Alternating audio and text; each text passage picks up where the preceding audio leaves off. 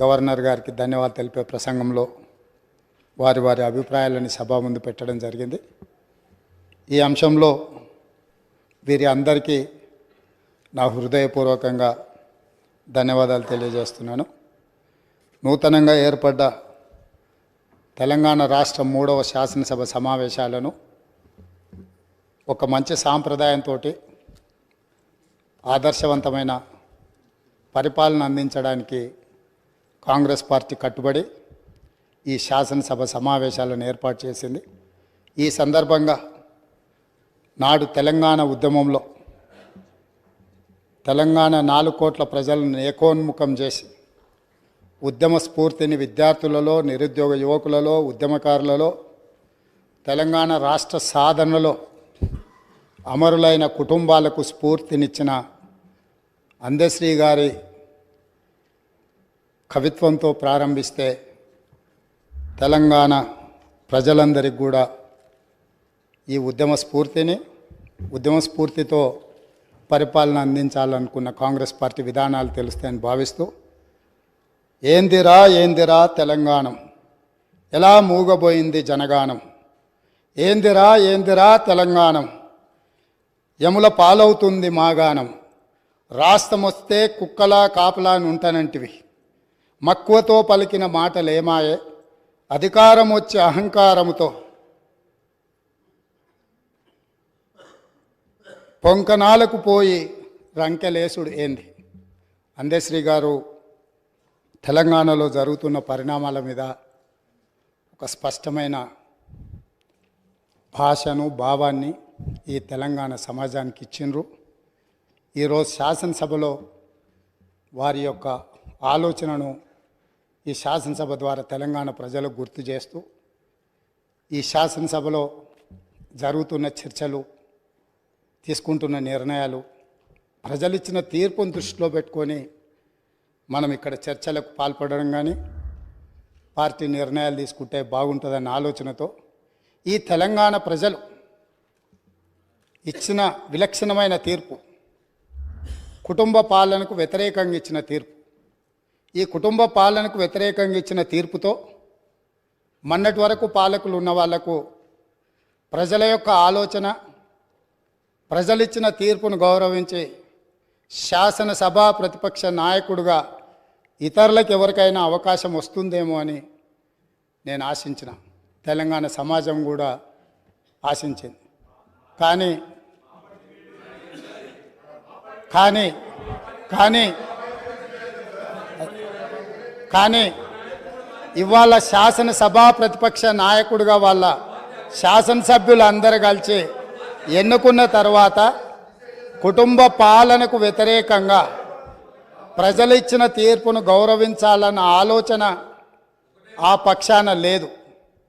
రెండవది, కనీసం శాసనసభలో ప్రసంగమైన ప్రజల యొక్క సమస్యల్ని ప్రస్తావించడానికైనా అనుభవజ్ఞులైన చాలామంది శాసనసభ్యులు, గతంలో చాలా సంవత్సరాలుగా మంత్రులుగా పనిచేసిన అనుభవం ఉండి ఉప ముఖ్యమంత్రులుగా పనిచేసిన అనుభవం ఉన్న వాళ్ళైనా చర్చను ఒక మంచి సాంప్రదాయాన్ని నెలకొల్పడానికి ప్రారంభిస్తారేమో అని మేము అనుకున్నాం. అయినా కూడా తెలంగాణ ప్రజల్ని నిరాశపరిచిండ్రు. ఇక్కడ కూడా కుటుంబానికి తప్ప అర్హులకు ఎవరికీ అవకాశం లేదు, అర్హులకి ఇక్కడ స్థానమే లేదు అని చెప్పి చర్చను ప్రారంభించడం ద్వారా ఈ పార్టీ కుటుంబ పాలనకే పరిమితం అవుతుంది. ప్రజాస్వామిక విలువలకు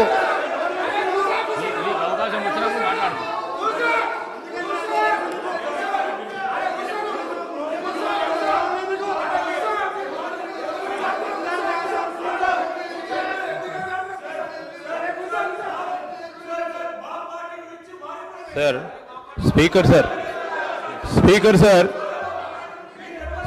sir, I request honorable members. ఎందుకంటే గౌరవ ముఖ్యమంత్రి గారు జస్ట్ స్టార్ట్ చేసిండ్రు డిస్కషన్. మీరు అందరూ కూడా వినే ఓపికతో వినండి. మీనింగ్ఫుల్ డిబేటే జరిపిద్దాం. సో వీ విల్, అరే కమాన్, అరే అరే రే సార్, మీరు ఓపికతో ఉండాలి సార్. వాళ్ళంతా కూడా ఇంకా అధికార పక్షంలో ఉన్నారని అనుకోవద్దు. ప్రతిపక్షంలో ఉంటే మేము ప్రతిపక్షంలో ఉన్నా అనుకుంటే ఇబ్బంది అవుతుంది. సో దయచేసి నేను గౌరవ సభ్యులందరినీ కోరుతా ఉన్నాను, సభా సమయం వృధా చేయొద్దని నేను వారందరినీ కూడా కోరుతూ, మరి ఎందుకంటే మళ్ళా తదుపరి కౌన్సిల్లో కూడా వారు రిప్లై ఇచ్చేది ఉంది కనుక దయచేసి సభ్యులందరినీ కూడా సహకరించమని కోరుతాను. ముఖ్యమంత్రి గారు. అధ్యక్ష, ప్రజా జీవితంలో ఉన్నప్పుడు అడుగుతాం కడుగుతాం అని చెప్పి శ్రీశ్రీ గారు ఎప్పుడో చెప్పిండ్రు. ఈరోజు మా కుటుంబము, మా పార్టీ, మా ఇష్టము అనే నియంతృత్వ పోకడలను సూచిస్తుంది. ఎందుకంటే నిరంకుశత్వం అనేది ఎక్కువ కాలము చెల్లదు, నిలబడదు. ప్రజలు నిటారుగా నిలబడి ఈ కుటుంబ పాలనకు వ్యతిరేకంగా మేము తీర్పిచ్చినామని నికార్సైన తీర్పిచ్చిన తర్వాత కూడా వాళ్ళలో మార్పు రాలేదు. కాబట్టి రేపు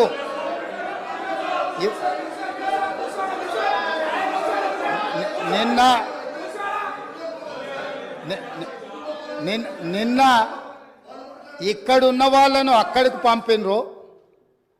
ప్రజా తీర్పును గౌరవించకపోతే అక్కడున్న వాళ్ళను అక్కడికి పంపుతారు బయటికి. కాబట్టి వాళ్ళ ఇష్టము, వాళ్ళు ఇట్లా ఉండకుంటే మంచిదని నేను అనుకుంటున్నాను. మేము ఇట్లనే ఉంటామంటే వాళ్ళని ఎక్కడికి పంపించాలనో ప్రజలకు తెలుసు కాబట్టి నాకేం అభ్యంతరం లేదు. ఇది వాళ్ళ పార్టీ ఇష్టం.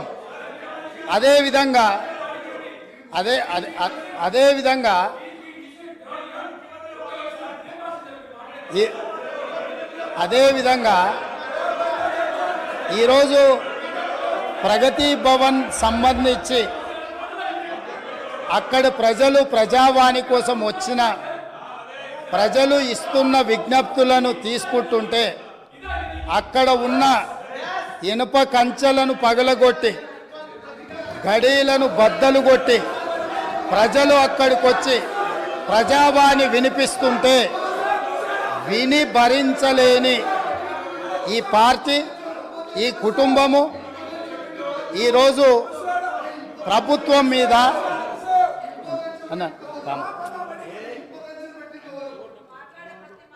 ఈరోజు ఈ ప్రజలు ఇచ్చిన తీర్పును గౌరవించే కాంగ్రెస్ పార్టీ ప్రగతి భవన్ గేట్ల ముందు ఉన్న ఇనుప కంచెలను బద్దలు కొట్టి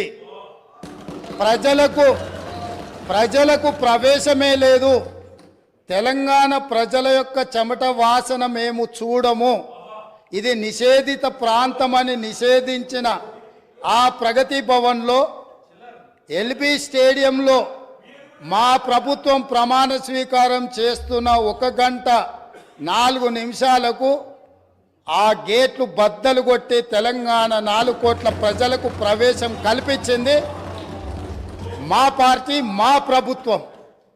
మీకు గతాన్ని గుర్తు చేయదలుచుకున్నా. ఆనాడు హోంమంత్రి మహమూద్ అలీ గారు అక్కడికి వెళ్ళి ముఖ్యమంత్రి గారిని కలవడానికి వెళితే ఒక హోంగార్డు మీకు అనుమతి లేదు, మీకు ప్రవేశము లేదు, మిమ్మల్ని లోనికి రానివ్వము అని చెప్పి వారిని అవమానించి ఒక హోంగార్డు హోంమంత్రిని వెనక్కి తిప్పి పంపించిన చరిత్ర పుటలలో నిక్షిప్తమై ఉన్నది.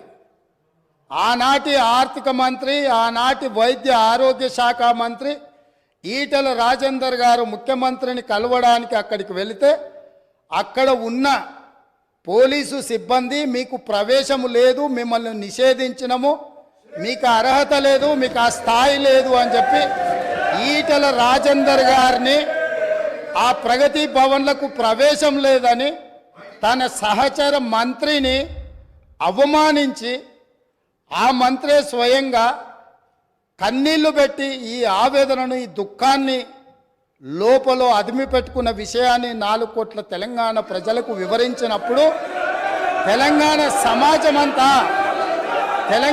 సమాజమంతా దీన్ని గమనించింది. ఇదే కాదు, ప్రజా యుద్ధ నౌక ప్రజా యుద్ధ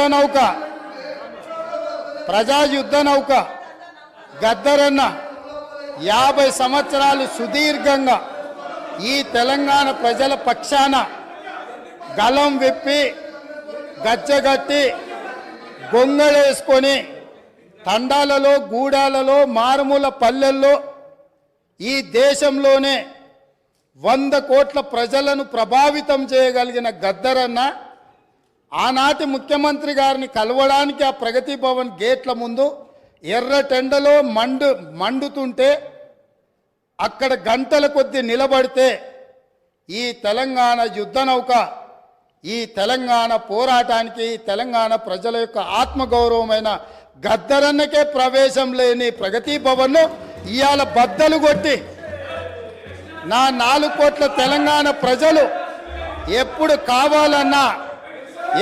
కావాలన్నా ఎక్కడికి వెళ్ళాలన్నా ఆ ప్రగతి భవన్లు గేట్లను ఇనుప కంచెల్ని బద్దలు కొట్టిన ప్రభుత్వం మా ప్రభుత్వం, ప్రజలెన్నుకున్న ప్రభుత్వం, ప్రజా ప్రభుత్వం.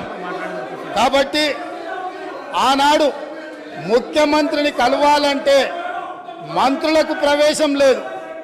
ముఖ్యమంత్రిని కలవాలంటే తెలంగాణను సాధించిన తెలంగాణ ఉద్యమానికి ఊపిరులూదిన గద్దరన్నకు ప్రవేశం లేదు. కానీ ఈనాడు దళితులు, గిరిజనులు, బలహీన వర్గాలు, మైనారిటీలు, మహిళలు ఎవరైనా అక్కడికి వెళ్ళి మా సమస్య ఉన్నది అనంటే ఈ ప్రభుత్వం వినడానికి సిద్ధంగా ఉన్నది అని చెప్పి ఈ తెలంగాణ ప్రజలకు స్వేచ్ఛనిచ్చిన ప్రభుత్వం, ప్రజా ప్రభుత్వం, ప్రజలెన్నుకున్న ప్రభుత్వం ఈరోజు ఇక్కడ ఉన్నది. నిజంగానే ఈ ప్రభుత్వం నియంతృత్వ పోకడలతో పోవాలి అనుకుంటే, నిర్బంధాలతో పరిపాలన సాగించాలి అని అనుకున్నుంటే ఇక్కడ అంతసేపు వాళ్ళు ఎవరు మాట్లాడినా సంవయనంతో ఇక్కడ వింటూ కూర్చుండే వాళ్ళం కాదు. ఆనాడు 2014 తెలంగాణ రాష్ట్రంలో తెలంగాణ ప్రభుత్వం ఏర్పడిన తర్వాత జరిగిన చర్చలలో మేమందరం సభ్యులుగా ఇక్కడ నిలబడి సమస్యల మీద మాట్లాడినప్పుడు మార్షల్స్ను పెట్టి గొర్రెలను ఈడ్చినట్టు ఈడ్చి బజార్లో పడేసి ప్రజాస్వామ్యాన్ని కూని ఇక్కడనే చేసిన వాళ్ళు ఇవాళ అక్కడ కూర్చున్నారు. వాళ్ళలాక మేము కాదు. ఇదే కాదు, గవర్నర్ గారి ప్రసంగంలో ఆనాడు ప్రజలకు వాళ్ళు ఇచ్చిన హామీలు ఈ మంత్రివర్గం తీర్మానం ద్వారా గవర్నర్ గారి ప్రసంగంలో పెట్టలేదు అని, పెడితే బాగుంటుందని చర్చించడానికి నిలబడ్డ ఆనాటి నా సహచర శాసనసభ్యులు కోమటిరెడ్డి వెంకటరెడ్డి గారిని, సంపత్ కుమార్ను శాసనసభ సభ్యత్వాన్ని రద్దు చేసి నిరంకుశ నియంతృత్వ పోకడలతోని నిర్ణయాలు తీసుకున్న వాళ్ళు శాసనసభలో గవర్నర్ రంగరాజన్ గారు ఇక్కడ ఉన్నప్పుడు ఆనాటి శాసనసభ్యులు చేసిన గందరగోళంలో 10% కూడా కోమటిరెడ్డి వెంకటరెడ్డి గారు, సంపత్ కుమార్ గారు చెయ్యలే. కూర్చున్న సీట్ల నుంచి లేచి నిలబడి నిరసన తెలిపినందుకు నిరంకుశత్వంగా 2 శాసనసభ సభ్యత్వాలు రద్దు చేసిన చీకటి రోజులు ఇక్కడనే జరిగినాయి. ఈ సంఘటనలు చరిత్ర మర్చిపోదు. ఈ సంఘటన తెలంగాణ శాసనసభ చరిత్రలో శాశ్వతంగా ఉంటుంది. ఆ సంగతిని కూడా నా మిత్రులకు నేను గుర్తు చేయదలుచుకున్నా. అదేవిధంగా అధ్యక్ష, ఈరోజు ఎన్నికల సమయంలో మేము ఏమి హామీలు ఇచ్చినామో ప్రభుత్వం ఏర్పడిన మొదటి రోజే మొట్టమొదటి మంత్రివర్గ సమావేశాన్ని ఏర్పాటు చేసి 6 గ్యారంటీలను చట్టబద్ధత మంత్రివర్గంలో కల్పించి ఈరోజు ఇదే సమస్య మేనేజ్మెంట్ కోటాలు వస్తే అధ్యక్ష ఈ ప్రాబ్లమ్స్ ఉంటాయి.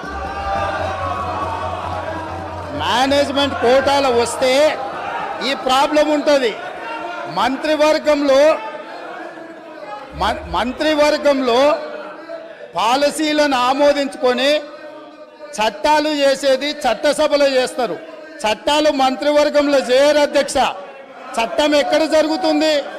శాసనసభలో జరుగుతుంది. కాబట్టి మంత్రివర్గంలో తీసుకున్న విధానపరమైన నిర్ణయాలను చట్టబద్ధత కల్పించి చట్టం చేసేదే ఈ శాసనసభ.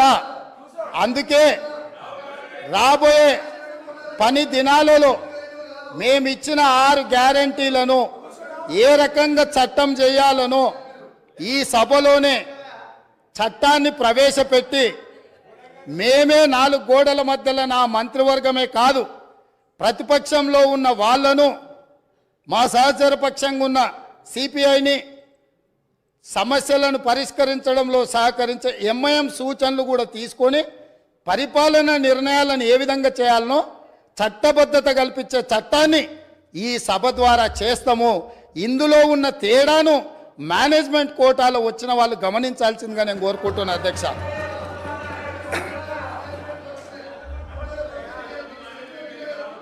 అదేవిధంగా అధ్యక్ష ఈరోజు 9.5 సంవత్సరాలు ఉద్యమాలు చేసినాము, ఉద్యమాల నుంచి వచ్చి ప్రభుత్వాన్ని నడిపినామని మాట్లాడిండ్రు కదా. ఉద్యమాల నుంచి వచ్చిన పార్టీ ప్రభుత్వాన్ని ఏర్పాటు చేస్తే ఉద్యమ సందర్భంగా ఉద్యమం కోసం ముందుకు వచ్చి తెలంగాణ రాష్ట్రాన్ని సాధించడానికి ప్రయత్నం చేసి కృషి చేసి అమరులైన కుటుంబాలకు 9.5 సంవత్సరాల ఇప్పుడు వాళ్ళు ఏదైతే ప్రస్తావించిండ్రో యాదిరెడ్డి కావచ్చు, శ్రీకాంతాచారి కావచ్చు, ఈశాన్ రెడ్డి కావచ్చు, కానిస్టేబుల్ కిష్టయ్య కావచ్చు, యాదయ్య కావచ్చు, ఇట్లా వందలాది మంది బిడ్డలకు ఈ 9.5 సంవత్సరాలల్లో ఏ ఒక్కరోజైనా ప్రగతి భవన్కు ఆహ్వానించి మీ కుటుంబం మీ బిడ్డల ప్రాణ త్యాగాలతోని తెలంగాణ రాష్ట్రాన్ని సాధించడం, ఈ తెలంగాణలో అత్యున్నతమైన గౌరవం మర్యాద మీకు ఉంటుంది. మీరు నా కుటుంబ సభ్యుల కంటే ఎక్కువ నీ కుటుంబంలో నీ బిడ్డను కోల్పోయినావు, నీ కుటుంబానికి నేను పెద్ద కొడుకునవుతా అని చెప్పి ఆనాటి ముఖ్యమంత్రి బుక్కెడు బువ్వ శంకరమ్మకు పెట్టిండా, యాదయ్య కుటుంబానికి పెట్టిండా, యాదిరెడ్డి కుటుంబానికి పెట్టిండా, కానిస్టేబుల్ కిష్టయ్య కుటుంబానికి పెట్టిండా. కానీ వాళ్ళ గురించి పట్టించుకోలే. ఈ కుటుంబంలో ఉన్న వాళ్లకు కొడుకుకు మంత్రి ఇచ్చిండు, అల్లుడికి మంత్రి ఇచ్చిండు. కన్న కూతురు ఓడిపోతే ప్రజలు తిరస్కరిస్తే ఎంబడే శాసన మండలి పదవి ఇచ్చిండు. సొంత కుటుంబ సభ్యుల మీద ఇంత పేగుబంధం ఉంది అని ఇంత అవ్యాజమైన ప్రేమను ప్రకటించినప్పుడు తెలంగాణ ఉద్యమకారులు ఏంది ఇది, ఈ తెలంగాణ మా త్యాగాల పునాదుల మీద ఏర్పడ్డది కదా, మా కనీస గౌరవ మర్యాద లేదా, పార్టీ ఫిరాయించిన వాళ్ళను కండువ మార్వంగానే మంత్రులు చేసిన మీరు తెలంగాణ కోసం త్యాగం చేసిన వాళ్లకు కనీసం ఆ సభలో అయినా ఈ సభలో అయినా రాజ్యసభలో అయినా ఏదైనా ఇచ్చిండ్రా? కరోనా సమయంలో బ్లాక్ మార్కెట్లో కరోనా మందు 2,000 రూపాయల దాన్ని 50,000కు అమ్ముకొని 424 కోట్లు నల్లధనం ఒకే దగ్గర దొరికిన వాళ్ళకు రాజ్యసభ అమ్ముకున్న చరిత్ర మీది. అట్లాంటి వాళ్ళని మీరు రాజ్యసభ సభ్యులుగా చేసి ఈరోజు వచ్చి మేము మా టికెట్ల గురించి మాట్లాడు అంటే ఈరోజు ఎలాంటి వాళ్లకు టికెట్లు ఇచ్చిండ్రో, ఎవరిని కుటుంబ సభ్యులుగా వాళ్ళు చూసిండ్రో ఒక్కసారి ఆలోచన చేయండి అధ్యక్ష. అదేవిధంగా అధ్యక్ష, ఆనాడు నళిని అనే ఒక తెలంగాణ ఉద్యమకారురాలు డిఎస్పీగా ఉండి తెలంగాణ రాష్ట్ర సాధన కోసం డిఎస్పీ పదవికి డిఎస్పీ ఉద్యోగానికి రాజీనామా చేసింది. ఆ నళినికి తెలంగాణ రాష్ట్రం వచ్చిన తర్వాత పిలిచి ఈ రాష్ట్రం కోసం తెలంగాణ సాధన కోసం గ్రూప్ 1 అధికారిగా ఉండి నీ డిఎస్పీ ఉద్యోగాన్ని రాజీనామా చేసినావు. ఈ తెలంగాణ రాష్ట్రంలో సగౌరవంగా నీ ఉద్యోగాన్ని నీకు ఇస్తున్నాం, మళ్ళీ తిరిగి ఉద్యోగాన్ని చేపట్టమని ఈ ప్రభుత్వం మాట్లాడిందా అధ్యక్ష? కానీ ఒక తెలంగాణ రాష్ట్ర సాధన కోసం త్యాగం చేసిన నళినికి మాత్రం ఎలాంటి న్యాయం జరగలేదు. నిజామాబాదు ప్రజలు ఎంపీగా ఓడగొడితే ఎంబడే శాసన మండలి పదవి ఇచ్చి మాత్రం తన కుటుంబాన్ని కాపాడుకున్న ప్రభుత్వం పార్టీ ఈ పార్టీ అధ్యక్ష. వీళ్ళు ఈరోజు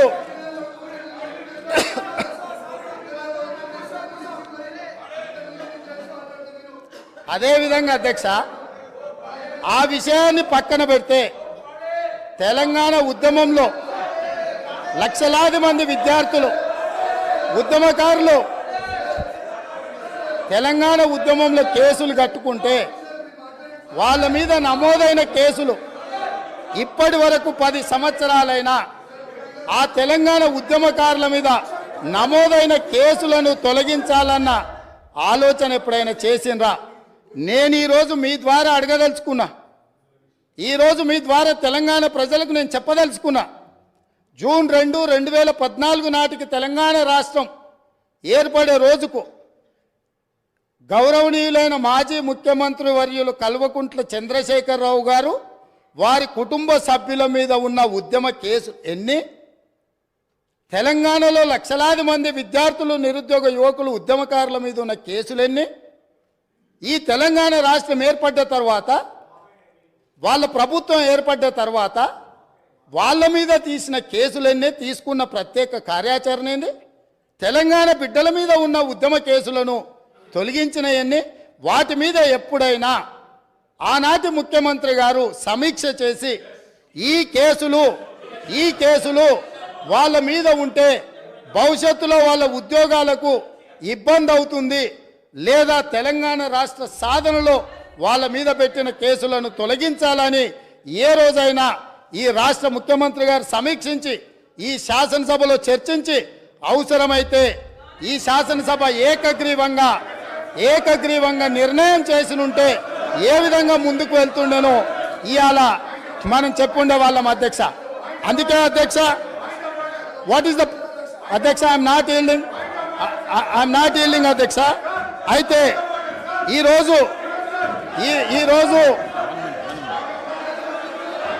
ఈరోజు వాళ్ళకొక నీతి, వీళ్ళకొక నీతి అధ్యక్ష.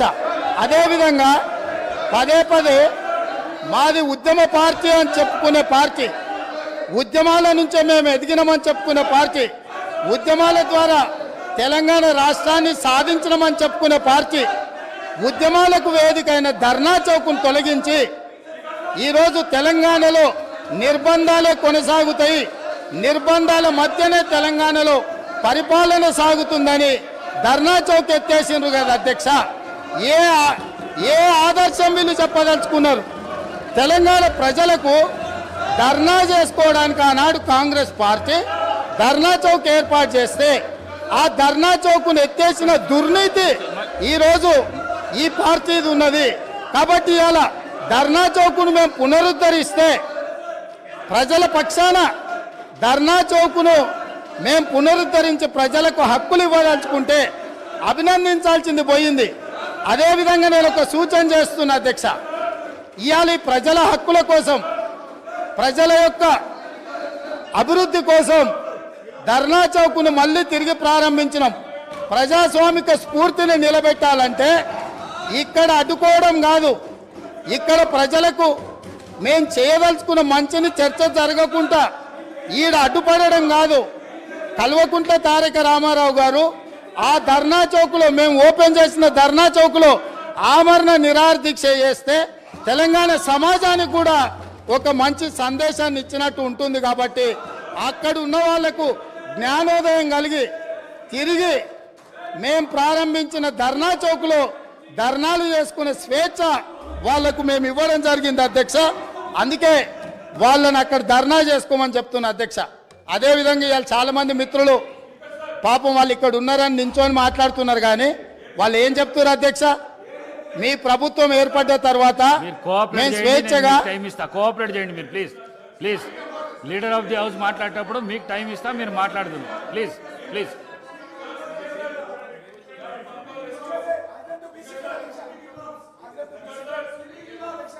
స్పీకర్ సార్, చాలామంది సభ్యులు కొత్తగా ఎన్నికైన వాళ్ళు కలిసి అన్న ఈ ప్రభుత్వం వచ్చిన తర్వాత, ఫలితాలు వచ్చిన తర్వాత మాకు స్వేచ్ఛ వచ్చింది, మేము స్వేచ్ఛగా మా ఫోన్లలో మాట్లాడుకోగలుగుతున్నాము.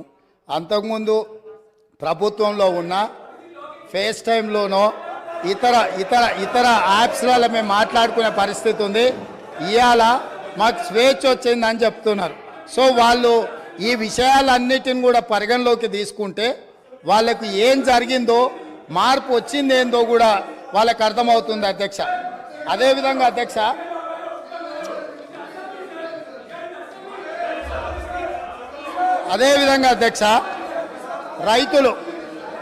రైతుల గురించి అధ్యక్ష,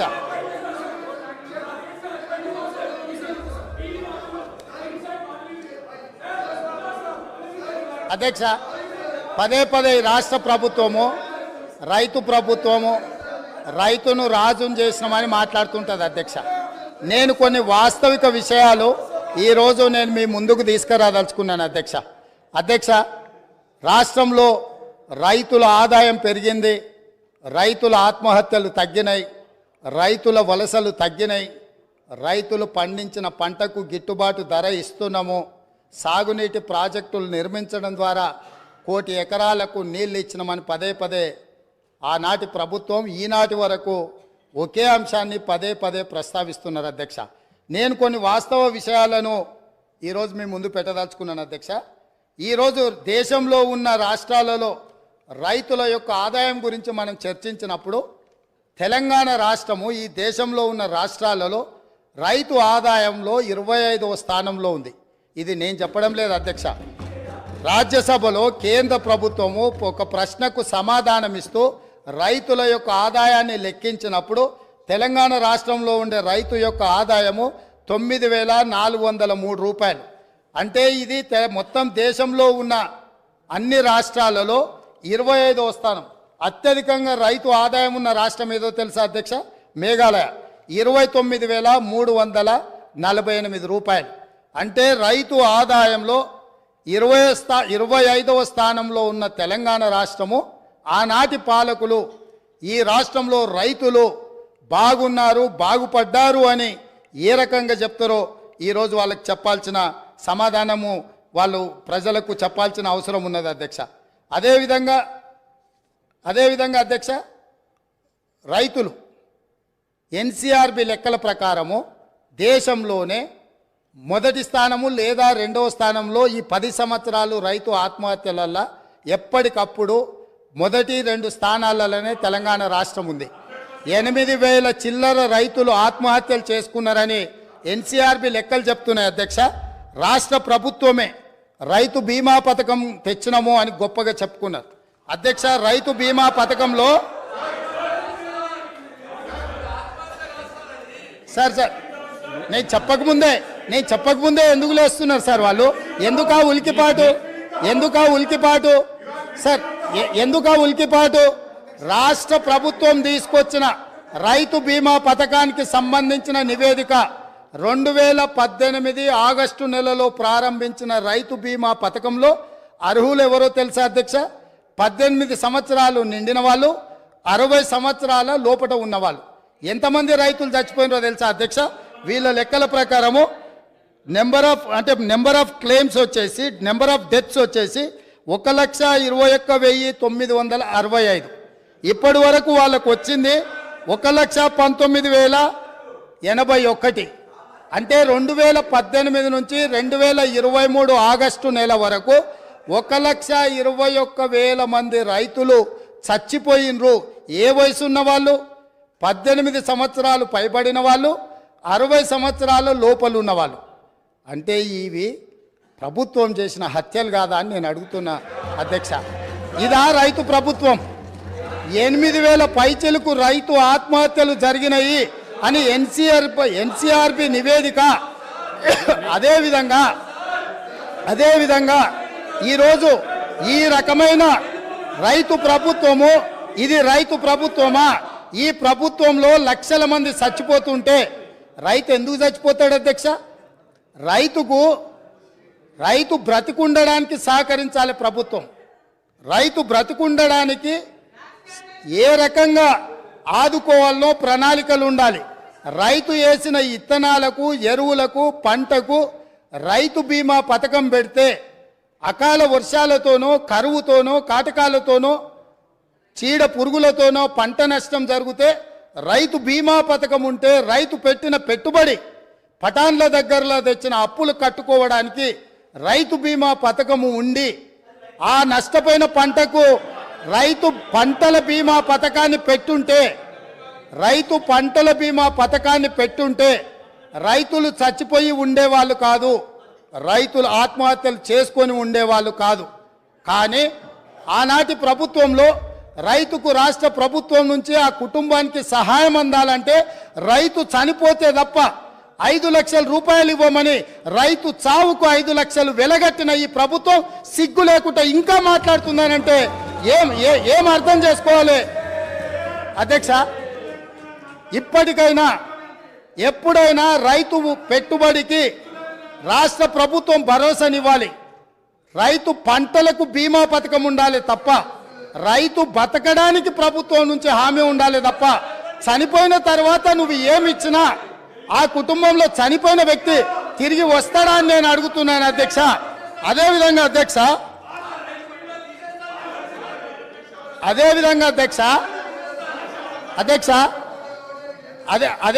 అధ్యక్ష వీళ్ళు ఏదైతే వరి ఈరోజు తెలంగాణ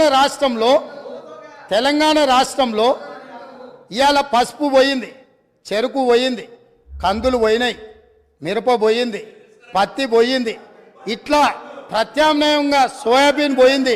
కమర్షియల్ క్రాప్లని ఈ తెలంగాణ రాష్ట్రము భూమి యొక్క నైసర్గిక స్వరూపము ఎన్నో రకాల ప్రత్యామ్నాయ పంటలు పండించడానికి సారవంతమైన భూములు ఉన్నాయి. ఈ సారవంతమైన భూములలో వివిధ రకాల పంటలు పండించడానికి అవకాశం ఉన్నా ప్రభుత్వ సహకారం లేకపోవడం వల్ల, ప్రభుత్వం నిర్లక్ష్యం చేయడం వల్ల ఇవాళ చెరుకు పోయింది, సోయాబీన్ పోయింది, మొక్కజొన్న పోయింది, పసుపు పోయింది. ఇట్లాంటి పంటలన్నీ పోయి ఓన్లీ వరి పండించే పరిస్థితి వచ్చింది. వరి పండిస్తే ఒకనాడు కేసీఆర్ గొప్పగా వరి పంట అద్భుతం అన్నాడు. చివరికి వడ్లు కొనుగోలు చేయక, కొనుగోలు కేంద్రాలు తెరవక, కల్లాల మీద కుప్పలలో రైతులు చచ్చిపోతుంటే రైతులను ఆదుకోమని ప్రతిపక్షాలుగా మేమందరం, ముఖ్యంగా మా మిత్రుడు కోమటిరెడ్డి వెంకటరెడ్డి గారు, మేము కాంగ్రెస్ పార్టీ శ్రేణులందరూ కల్లాలోకి కాంగ్రెస్ అని వరి దీక్ష అని రైతులను ఆదుకోమని ప్రభుత్వం మీద ఒత్తిడి తీసుకొచ్చి దీక్షలు తీసి ఈ ప్రభుత్వం మెడలు వంచడానికి ప్రయత్నం చేసినప్పుడు ముఖ్యమంత్రి గారు ఆనాడు ఏమన్నారు? వరి వేసుకుంటే ఉరేసుకున్నట్టే, మీరు వరేయొద్దు అన్నాడు. నేను అడుగుతున్న అధ్యక్ష మీ ద్వారా ఈరోజు అక్కడ కూర్చున్న వాళ్ళను, ఆనాడు చెరుకు కానీ, పత్తి కానీ, మిర్చి కానీ, సోయాబీన్ కానీ, పసుపు కానీ, కందులు కానీ, మినుములు కానీ పండించకుండా, ఆ రైతులకు సహకారం అందించకుండా, ఆ రైతులను అందరినీ వరి పండించడానికి మళ్ళించి వరి పండించినప్పుడు ఒరేస్తే ఉరేసుకున్నట్టే అని చెప్పిన ఈ ప్రభుత్వం, ఈ పార్టీ, ఈ నాయకుడు రైతులందరినీ ఒరేసుకోవద్దని చెప్పి ఈ ప్రబుద్ధుడు మాత్రం ఫామ్ హౌస్లో 150 ఎకరాలలో వరి పండించింది అధ్యక్ష. ఆ వివరాలు అన్నిటిని బయటపెట్టి అక్కడికి ప్రత్యక్షంగా ప్రజలకు చూపించడానికి పోతే పోలీసులను పెట్టి నిర్బంధించి అరెస్టులు చేసింది అధ్యక్ష. అది వాళ్ళ నిర్బంధ నిరంకుశ పాలన. వాళ్ళు రైతులందరినీ వరి వేసుకోవద్దు, వరి వేసుకుంటే ఉరేసుకున్నట్టు అని చెప్పి వాళ్ళ ఫామ్ హౌస్లో మాత్రం 150 ఎకరాలలో వరి పండించడం ద్వారా ఈ తెలంగాణ రైతాంగానికి ప్రభుత్వం ఏ సందేశాన్ని ఇవ్వదలుచుకున్నది? ఈరోజు ఏ మొహం పెట్టుకొని ఇక్కడికి వచ్చి మా కొత్తగా వచ్చిన ప్రభుత్వాన్ని ఏమీ చేయలేదని అప్పుడే నిలదీస్తున్నారో మీరు ఒక్కసారి ఆలోచన చేయండి అధ్యక్ష. అదేవిధంగా అధ్యక్ష, ఈరోజు కేంద్ర ప్రభుత్వం ఆనాటి ధరలు, కనీస మద్దతు ధర వరికి 1960 రూపాయలు ఉన్నప్పుడు రైతుల నుంచి దళారులు కావచ్చు, మిల్లర్లు కావచ్చు, లేకపోతే ప్రభుత్వంలో ఉన్న పెద్దల యొక్క కుమ్ముక్కుతోటి 1400కు 1500కే క్వింటాల్ కొంటున్నప్పుడు ఎసెన్షియల్ కమోడిటీ యాక్ట్ కింద పీడీ యాక్ట్ పెట్టి బొక్కలేయాల్సిన దళారులను వాళ్ళు అంటగాగి 1400కు 1500కు వరి అమ్ముకుంటున్న రైతులు ఆత్మహత్యలు చేసుకుంటుంటే ఈ ప్రభుత్వం ఆనాడు వీళ్ళు ఏం చేసిందో మీరు ఆలోచన చేయండి అధ్యక్ష.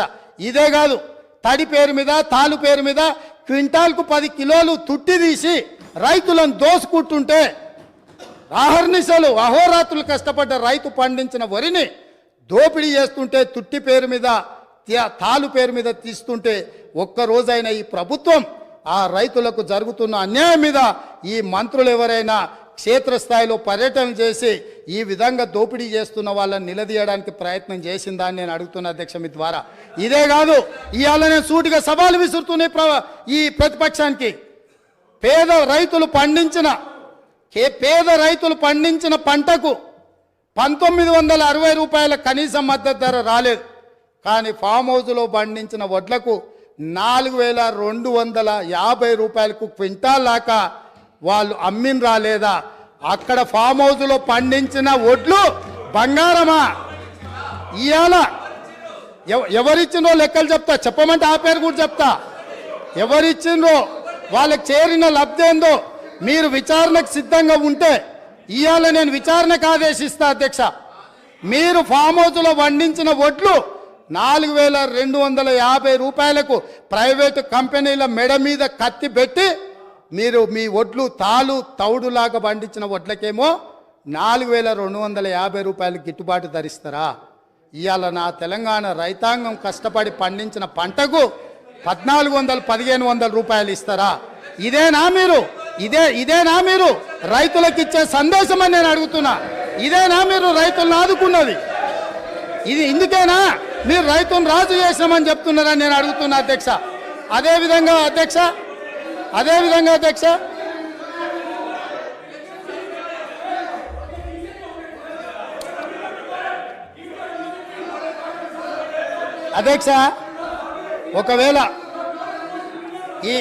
ఒకవేళ ఈ పార్టీ ఫామ్ హౌస్లో 4250 రూపాయలకు వడ్లు అమ్మలేదు అని అంటే నేను విచారణకు ఆదేశిస్తా, వాళ్ళు ఒప్పుకుంటారేమో అడుగునరా అధ్యక్ష. అదేవిధంగా అధ్యక్ష విద్యుత్తు వినియోగం గురించి దేశంలోనే తెలంగాణ మొదటి స్థానాన్ని సాధించిందని పదే ప్రభుత్వం గొప్పలు చెప్పుకుంటుంది అధ్యక్ష. వినటోడు చెవిటోడు అయినా వినటోనికి ఇంతనని ఉండాలని చెవులు వేసుకొని వాళ్ళు చెప్పొచ్చు. విద్యుత్తు తలసరి వినియోగంలో తెలంగాణకు మొదటి స్థానం లేదు అధ్యక్ష. పచ్చి అబద్ధాలు చెప్పి బ్రతకాలని చూస్తున్నారు.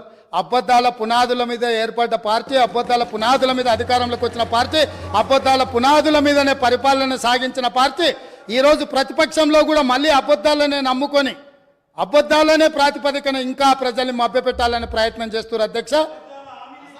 వాస్తవంగా కేంద్ర విద్యుత్ శాఖ ఆధ్వర్యంలోని సెంట్రల్ ఎలక్ట్రిసిటీ అథారిటీ వార్షిక నివేదిక 2023 ప్రకారము తెలంగాణ రాష్ట్రం విద్యుత్తు తలసరి వినియోగంలో 10వ స్థానంలో ఉంది అధ్యక్ష.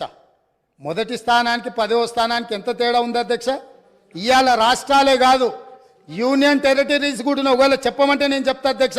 మొట్టమొదటి దాద్రా అండ్ నగరీ హవేలీ 12,250 యూనిట్లతో మొదటి స్థానంలో ఉంటే డయ్యూ డామన్ 5,914 యూనిట్ల రెండవ స్థానంలో ఉంది అధ్యక్ష. రాష్ట్రాలను తీసుకుంటే గోవా, పంజాబ్, ఒడిశా, గుజరాత్, ఛత్తీస్గఢ్, హర్యానా, పుదుచ్చేరి తర్వాత తెలంగాణ రాష్ట్రం ఉంది అధ్యక్ష. తలసరి విద్యుత్ వినియోగంలో తెలంగాణ రాష్ట్రం మొదటి స్థానంలో లేదు, వాళ్ళు అబద్ధాలు చెప్పినట్టుగా. తలసరి విద్యుత్ వినియోగంలో 10వ స్థానంలో ఉంది. ఇప్పటికైనా అబద్ధాలు చెప్పడం మానాల్సిందిగా ఆ పక్ష సభ్యులకు చెప్తున్నా అధ్యక్ష. అదేవిధంగా అధ్యక్ష, ఈరోజు మేము నీళ్ళు ఇచ్చామని చెప్పుకుంటున్నారు అధ్యక్ష. 1 కోటి ఎకరాలకు నీళ్ళు ఇస్తే కాళ్ళ ద్వారా నీళ్లు బారితే ఎక్కడైనా పంపు సెట్లు పెరుగుతాయి అధ్యక్ష? మీరు చెప్పండి. కాలువల ద్వారా మన పొలాలకి నీళ్ళు ఒకవేళ రాష్ట్ర ప్రభుత్వం అందించి ఉంటే, కాలువల ద్వారా ప్రతి ఎకరాకు 1 కోటి ఎకరాలకు నీళ్లు వచ్చి ఉంటే, తెలంగాణ రాష్ట్రం ఏర్పడ్డప్పుడు దాదాపుగా వారి లెక్కల ప్రకారం 19 లక్షల పంపు సెట్లతో తెలంగాణ రాష్ట్రం ఏర్పడితే ఇవాళ 29 లక్షల పంపు సెట్లకు తెలంగాణ పెరిగిందంటే కాలువల ద్వారా నీళ్ళు ఇచ్చినాము, లక్షల కోట్ల రూపాయల ఖర్చు పెట్టినాము, కాళేశ్వరంతో 1 కోటి ఎకరాలకు నీళ్ళు ఇచ్చినామని చెప్పి వాళ్ళు కల్పిస్తున్న ప్రచారము శుద్ధ అబద్ధమన్న సంగతి మీ ద్వారా ఈరోజు తెలంగాణ ప్రజలకు చెప్పదలుచుకున్న అధ్యక్ష. నిజంగానే మీరెక్కడి నుంచి అయితే వచ్చిరో, నేను ఎక్కడి నుంచి అయితే వచ్చినో, మన కొడంగల్, తాండూరు, వికారాబాద్, పరిగి, చేవెళ్ళ వరకు ప్రాణహిత చేవెళ్ళ ప్రాజెక్టు పూర్తి చేసి 10 సంవత్సరాలలో మన ప్రాంతానికి చివరి ఎకరాకు నీళ్ళు ఇచ్చుంటే బోరు మోటార్ల మీద, కాలిపోయే మోటార్ల మీద, పేలిపోయే ట్రాన్స్ఫార్మర్ల మీద, ఈ ప్రభుత్వం చెప్పే అబద్ధాల మీద మన ప్రాంత రైతులు బ్రతకాల్సిన అవసరం ఉండేనా అధ్యక్ష? ఆనాడు కృష్ణానది జలాలు గోదావరి జలాల మీద చర్చ జరిగినప్పుడల్లా ఉమ్మడి రాష్ట్రంలో సమైక్య పాలనలో తెలంగాణ రాష్ట్రానికి వివక్ష సాగుతుంది, నా ప్రాంతం మీద దాడి జరుగుతుంది, నా ప్రాంతానికి రావాల్సిన నీళ్లు రావడం లేదు, మా నీళ్లు మాకు కావాలి అని ఆనాడు తెలంగాణ ప్రజలందరూ కొట్లాడినరు. ఆనాడు కారణం ఉంది కొట్లాడడానికి. ఎందుకంటే పాలకులు మనవాళ్ళు కాదు, వడ్డించేవాడు మనవాడు కాదు, వివక్ష చూపించి ఉండొచ్చు, మనకు అన్యాయం జరిగి ఉండొచ్చు అధ్యక్ష, ఆనాడు పోరాటం జరిగి ఉండొచ్చు. ఈరోజు నేను అడుగుతున్న జూన్ 2, 2014 నుంచి ఈనాటి వరకు తెలంగాణ రాష్ట్రానికి ముఖ్యమంత్రి ఉన్న వ్యక్తి ఈ తెలంగాణ బిడ్డ కాదా? ఈ వివక్ష ఎందుకు నా వికారాబాద్, నా కొడంగల్, నా చేవెళ్ళ, నా ప్రాంతం ఆనాడు నిర్మించి 10,000 కోట్ల రూపాయలు ఖర్చు పెట్టిన ప్రాణహిత చెవెళ్ళ ఎందుకు ఎగిరిపోయింది? ఇయాలటికి అదే ఎడారిగా ఈ కృష్ణానది జలాలు అందక ఎందుకు మనము వలసలు పోతున్నాము? ఈ వివక్ష కారణం వీళ్ళు కాదా అధ్యక్ష? లక్షల కోట్ల రూపాయలు ఖర్చు పెట్టి ఇవాళ తెలంగాణలో ఎవరి పాడైందరో ఈ తెలంగాణని పాడుకునే పరిస్థితి ఎందుకు వచ్చింది అధ్యక్ష? 10 సంవత్సరాల నాడు వివక్షతోటి ప్రాజెక్టులు పూర్తి కావడం లేదు.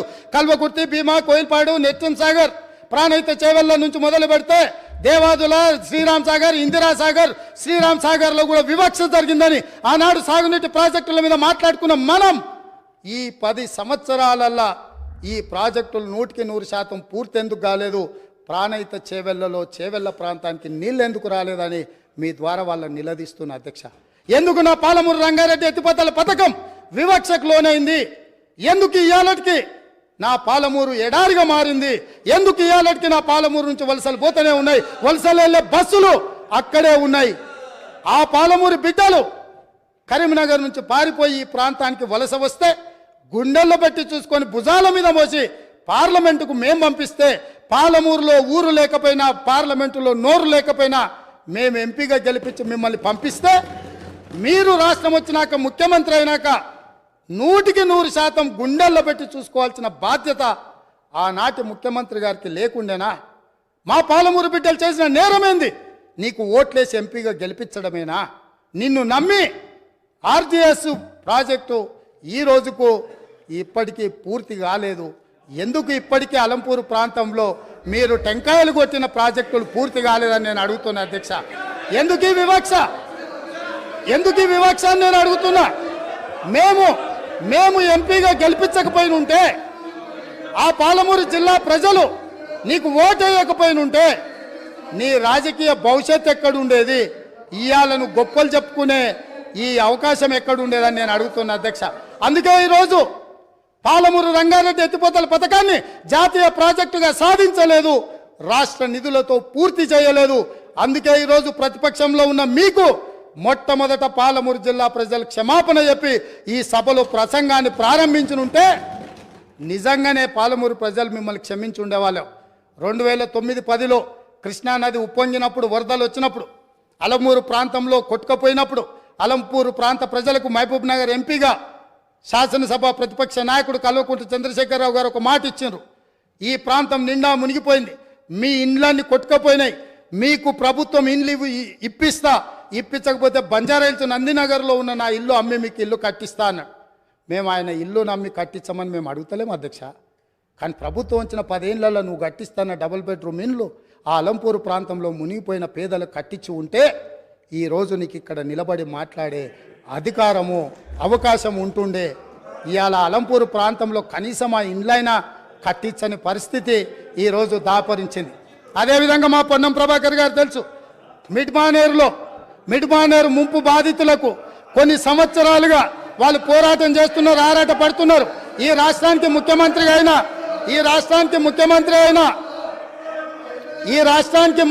అయిన చంద్రశేఖరరావు గారు మిడ్మానేరు ప్రాంత పర్యటనకు పోయిండు. ఏం మాట్లాడిండు? రాజన్న ఆ ప్రాజెక్టులకు అక్కడికి వెళ్ళి, నేను మీ ఊరి అల్లుడిని, మీరు మిడ్మానేరులో ముంపు బాధితులు, మీ అల్లుడు ఈరోజు తెలంగాణ రాష్ట్రానికి ముఖ్యమంత్రి అయిండు, మీకు అందరికీ న్యాయం చేస్తా, మీకు R&R ప్యాకేజ్ ఇస్తా, మీకు ఇండ్లు కట్టిస్తాని స్వయంగా తెలంగాణ రాష్ట్ర ముఖ్యమంత్రిగా నాడు చంద్రశేఖరరావు గారు అక్కడికి వెళ్ళి మాట ఇచ్చిండ్రు. నేను ఈరోజు మిమ్మల్ని అడుగుతున్నా అధ్యక్ష, ఈ రోజు వరకు వాళ్ళు మళ్ళీ అదే వంట వార్పు చేస్తున్నారు, అదే రాస్తారోకలు చేస్తున్నారు, అదే ధర్నాలు చేస్తున్నారు.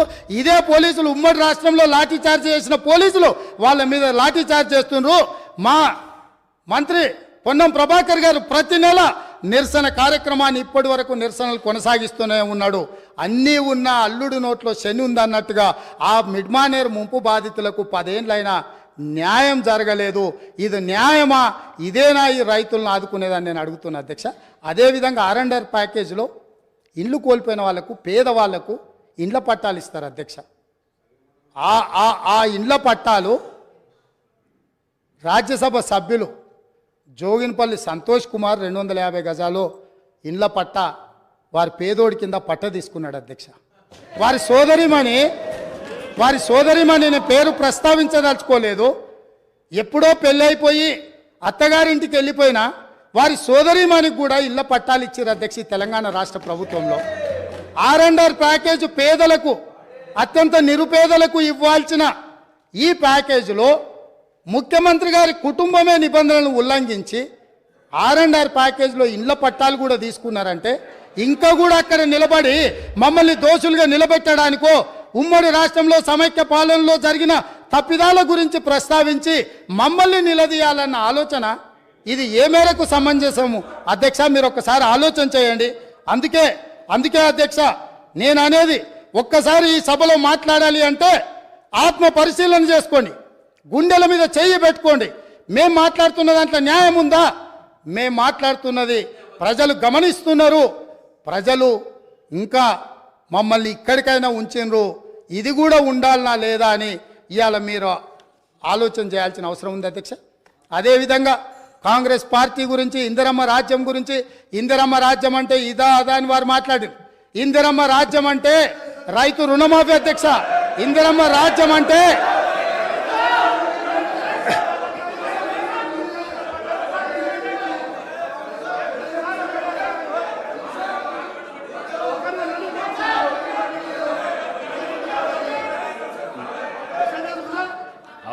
అవకాశం వచ్చినప్పుడు మాట్లాడదు అధ్యక్ష.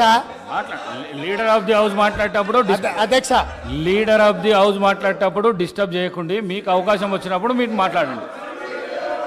కొత్తగా వచ్చినావు, కొత్త సభ్యునివి, కొత్త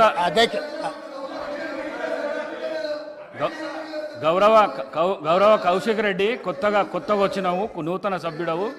నువ్వు లీడర్ ఆఫ్ ది హౌస్ మాట్లాడేటప్పుడు గడబడి చేయకు, నీకు అవకాశం వస్తుంది అధ్యక్ష. లేదు మనం అట్లేం లేదు, వాళ్ళు వినాల్సిందే, వాళ్ళకి ఇదే శిక్ష. వాళ్ళని ఎవరిని బయటికి పంపను, ఎవరిని పంపొద్దు అధ్యక్ష. దయచేసి మీకు విజ్ఞప్తి చేస్తున్నా, వాళ్ళని ఇక్కడ కూర్చోబెట్టి కఠోరమైన నిజాలు వాళ్ళు వినడం ద్వారా వాళ్ళలో పరివర్తన తీసుకురావాలన్నదే ప్రభుత్వం యొక్క ఆలోచన. కాబట్టి వారిని ఎవరిని కూడా సభలో నుంచి బయటకు పంపించొద్దు అధ్యక్ష. అందుకే ఈరోజు ఇందిరమ్మ రాజ్యం గురించి పదే మాట్లాడుతున్నారు అధ్యక్ష. ఎస్, ఇందిరమ్మ రాజ్యం తెస్తాం సోనియమ్మ నాయకత్వంలో. ఖచ్చితంగా ఈ రాష్ట్రంలో ఇందిరమ్మ రాజ్యం. ఇందిరమ్మ రాజ్యం అంటే పేదలకు ఇందిరమ్మ ఇండ్లు ఇస్తాం, భూమి లేని దళితుల గిరిజనులకు అసైన్మెంట్ భూములు ఇస్తాం, పోడు భూముల పట్టాలు ఇస్తాం, పేదలు చదువుకునే విద్యార్థులకు ఫీజు రియంబర్స్మెంట్ ఇస్తాం, వైద్యం అందించలేని నిరుపేదలకు ప్రాణాలు పోతుంటే కుటుంబ సభ్యులుగా ఆదరించి రాజీవ్ ఆరోగ్యశ్రీ పథకాన్ని అందుబాటులోకి తీసుకొస్తాం. ఇందిరమ్మ రాజ్యం అంటే మైనారిటీలకు సచార్ కమిటీ నివేదిక ప్రకారం దళితులతో సమానంగా వాళ్ళు ఇబ్బందులను ఎదుర్కొంటున్నారంటే మైనారిటీలకు 4% రిజర్వేషన్ ఇస్తాం అధ్యక్ష. ఇందిరమ్మ రాజ్యం అంటే ఈ సమాజంలో ఉన్న ప్రతి ఒక్కరి యొక్క హక్కులను కాపాడుతాం. ఇందిరమ్మ రాజ్యంలో మహిళలకు మహాలక్ష్మి ద్వారా 2500 రూపాయలు వాళ్ళ ఖాతాలో వేస్తాం, 500 రూపాయలకే సిలిండర్ వాళ్ళకి ఇస్తాం. అదేవిధంగా ఇందిరమ్మ రాజ్యంలో వాళ్లకు ఉచితంగా బస్సులో ప్రయాణం చేసే అవకాశాన్ని కల్పిస్తాం. ఇంకా చాలా విషయాలు ఇందిరమ్మ రాజ్యం గురించి చెప్పాల్సిన ఉన్నాయి, అవి చివరిలో చెప్తా అధ్యక్ష. ఈరోజు కేటీఆర్ గారు మాట్లాడుతూ ఈ గవర్నర్ గారి ప్రసంగం వినేటప్పుడు నాకు సిగ్గైంది వినడానికి అని అన్నారు. నిజంగానే వారు సిగ్గుపడాలి. ఎందుకు అని అంటే నిజంగానే చాలా విషయాలు మేము అందులో ప్రస్తావించుంటే వారు సిగ్గుపడి తల దించుకునేవాళ్ళు. మేము ఎందుకంటే ఇప్పుడే ఎందుకు అన్ని నిజాలు కఠోరమైన సత్యాలను మొదటి సభలోనే ఎందుకు, ఇంకా సుదీర్ఘంగా చర్చ జరగాలి. ఈ చర్చల ద్వారా ప్రజలకు ఆ తల్లిదండ్రులు జైల్లో ఉంటే చంటి పిల్లల్ని సంకలో పెట్టుకొని ఒక ఆడబిడ్డ తన భర్తను కలవడానికి వస్తే పోలీసులు అడ్డుకున్నారు. ఇవాళ గిట్టుబాటు ధర అడిగిన రైతులను బేడీలేసినందుకు సిగ్గుతో తల వంచుకోవాలి ప్రభుత్వం అని చెప్పి, ఆనాటి ప్రభుత్వం అని చెప్పి నేను ఈరోజు చెప్పదలుచుకున్నా అధ్యక్ష. అదేవిధంగా అధ్యక్ష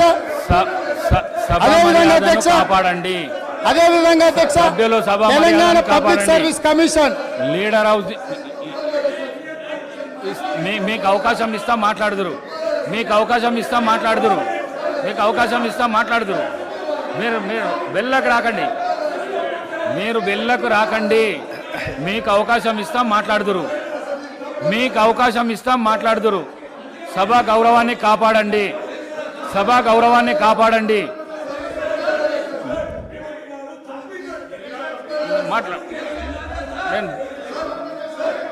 అధ్యక్ష చాలా రోజులు చర్చలు ఉన్నాయి. సభ ఈ రోజుతోనే అధ్యక్ష, ఈ సభ మీ అనుమతితో మీ సీట్లలో మీరు గౌరవ సభ్యులు మీ సీట్లలో మీరు పోతే మీకు అవకాశాన్ని కలిగిస్తా నేను.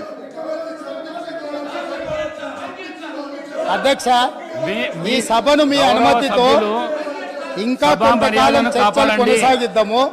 అప్పుడు వాళ్ళు ఏమేం కావాలనో, ఏమేం అడగదలుచుకున్నారో, ఏమేం చెప్పదలుచుకున్నారో విందాము. ఈ ప్రభుత్వంలో 10వ తరగతి పరీక్షలు అధ్యక్ష, ఈ ప్రభుత్వము 10వ తరగతి పరీక్షలు నిర్వహించలేక 10వ తరగతి ప్రశ్నాపత్రాలు మీకు అవకాశం ఇస్తాము. సభా మర్యాదను కాపాడండి. మీకు అవకాశం ఇస్తా, నేను ఇస్తా. మీ సీట్లలో మీరు వండి గౌరవ సభ్యులు మీ సీట్ ఇస్తా. స్పీకర్ సార్, స్పీకర్ సార్, ముఖ్యమంత్రి గారు, speaker sir, speaker sir, speaker sir, speaker sir, మీరు అనుమతిస్తే వాళ్ళకు మైక్ ఇస్తే నాకేం అభ్యంతరం లేదు. మీరు అనుమతించి ప్రజాస్వామ్యంలో వాళ్ళు ఏం చెప్పదలుచుకున్నో చెప్పుకునే అవకాశం ఒకవేళ మీరు ఇవ్వదలుచుకుంటే నాకేం అభ్యంతరం లేదు అధ్యక్ష.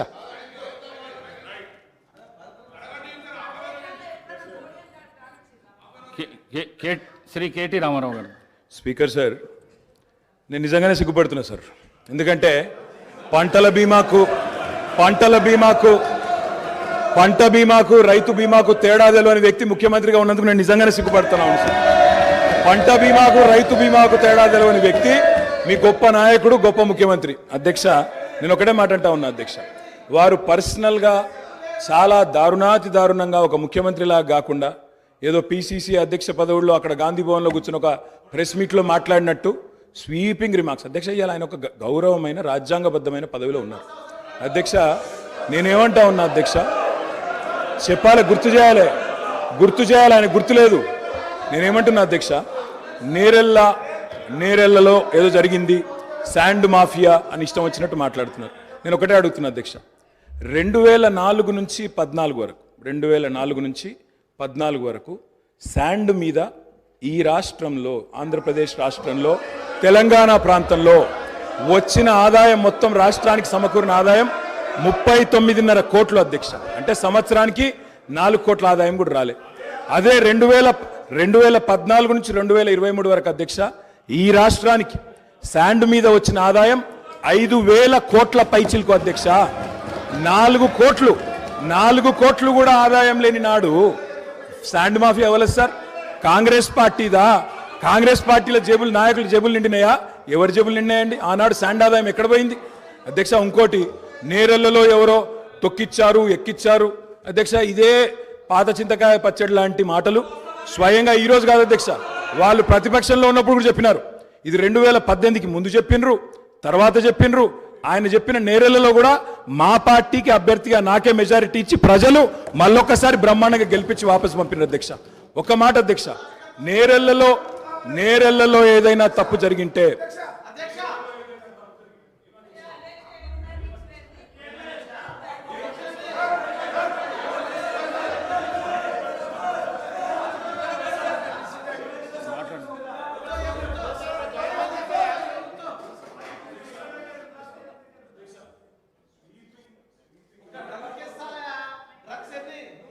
స్వీపింగ్ రిమార్క్స్, నోటికి ఎంత వస్తే అంత మాట్లాడడం, నోటికి ఎంత వస్తే అంత మాట్లాడడం. నేను ఒకటే మాట అంటున్నా అధ్యక్ష, ఇవాళ అధికారం వాళ్ళ చేతుల్లో ఉంది. ఏ విచారణ చేసుకుంటారో చేసుకోమనండి, మాకు అభ్యంతరం లేదు. కానీ ఇష్టం వచ్చినట్టు స్వీపింగ్ జనరలైజేషన్లు చేసుకోవడం, నోటికొచ్చినట్టు మాట్లాడడం, ఇది ఒక ముఖ్యమంత్రి పదవి స్థాయిలో ఉండే వ్యక్తికి తగదు. పంట బీమాకు రైతు బీమాకు తేడా తెలియని వ్యక్తి అక్కడ కూర్చోవడం నిజంగా ఈ రాష్ట్ర ప్రజలు సిగ్గుతో తలదించుకుంటున్నారు. ముఖ్యమంత్రి గారు. అధ్యక్ష, ప్రజాస్వామ్యంలో ప్రతిపక్షాలకు అవకాశం ఇవ్వాలి, వాళ్ళు ఏదైనా వివరణ ఇచ్చుకునే అవకాశం ఇవ్వాలనే ఉద్దేశంతో మైక్ ఇచ్చాము. మైక్ ఇవ్వండి అని మిమ్మల్ని రిక్వెస్ట్ చేసినా మీరు వారికి ఇచ్చిండ్రు, పెద్ద మనసు చేసుకొని. దాని ద్వారా ప్రజలకు ఏమైనా ఉపయోగపడేది కానీ నేను మాట్లాడిన అంశాలలో ఏమైనా తప్పులుంటే వాటిని ప్రస్తావించుంటే డెఫినెట్గా అవకాశాన్ని వారు సద్వినియోగం చేసుకున్నట్టు. కానీ వారు ఏం మాట్లాడుతారు, మళ్ళీ అక్కసు వెళ్ళగక్కుతున్నాడు. ఎందుకనంటే అక్కడేదో మేనేజ్మెంట్ కోటాలో నేను కూర్చుందాం అనుకుంటే ప్రజల నుంచి వచ్చిన ఆయన కూర్చున్నాడు కాబట్టి నేను చూసి ఓర్వలేకపోతున్నా అని కుళ్ళుగా అనిపిస్తుంది తప్ప దాంట్లో ఏమైనా ఉందా అధ్యక్ష? సరే, ఏదేమైనా అధ్యక్ష, ఈ గత ప్రభుత్వము ఎంత గొప్పలు చెప్పుకున్నా కొన్ని వాస్తవాలను ప్రజలు కూడా గమనిస్తున్నారు. మీ ద్వారా వాళ్ళు ఆ సమయంలో మరి గుర్తుందో లేదో ఇప్పుడు గుర్తు చేయదలుచుకున్న అధ్యక్ష, 10వ తరగతి ప్రశ్నాపత్రాలు వాట్సాప్లలో తిరుగుతూ 10వ తరగతి పరీక్షలే నిర్వహించలేని అసమర్థ ప్రభుత్వం ఆనాడు ఉండే. 12వ తరగతి అంటే ఇంటర్మీడియట్ ప్రశ్నాపత్రాలు చక్కగా దిద్ది ఫలితాలు ప్రకటించలేక ప్రభుత్వం ప్రైవేటు వ్యక్తులకు ఆనాటి మంత్రివర్గంలో ఉన్న కీలకమైన వ్యక్తి యొక్క మిత్రులకు ఆ కాంట్రాక్టు కట్టబెట్టడంతో సిజీజీ నుంచి తప్పించి అనుభవం లేని వాళ్లకు మిత్రులకు కట్టబెట్టడంతో అందులో జరిగిన ఫలితాల అవకతవకలలా 25 మంది నూనూగు మీసాల యువకులు ఆత్మహత్యలు చేసుకున్నారు. ఈ చావులకు ఆనాటి ప్రభుత్వం కారణం కాదా? ఇవి ప్రభుత్వ హత్యలు కాదా? ఇది పక్కన పెడితే అధ్యక్ష, డెఫినెట్గా తొందర ఏం లేదు అన్నీ. అది కాకుండా అధ్యక్ష, తెలంగాణ పబ్లిక్ సర్వీస్ కమిషన్ మీకు తెలుసు ఎంత ప్రతిష్టాత్మకమైన సంస్థ, ఎంత బాధ్యతగా పరీక్షలు నిర్వహించాలి, ఎంత బాధ్యతాయుతంగా వ్యవహరించాలి. ఈ వ్యవహారాలన్నిటిని పరీక్షలు నిర్వహించే తెలంగాణ పబ్లిక్ సర్వీస్ కమిషన్ నిర్వహించిన పరీక్షలు ప్రశ్నాపత్రాలు చివరికి జిరాక్స్ సెంటర్లలో ఎక్కడ పడితే అక్కడ అగ్వకు సగ్వకు ఎట్లా పడితే అట్లా అమ్ముకునే పరిస్థితి వచ్చి, ఇది మేం చెప్పింది కాదు, పంపకాలలో పంచాయతీ వచ్చి వాళ్ళే ఫిర్యాదులు చేసుకొని ఈ ప్రభుత్వం గొప్పగా మేం కనిపెట్టినామన్నారు. ఈ ప్రభుత్వం ఏమన్నది?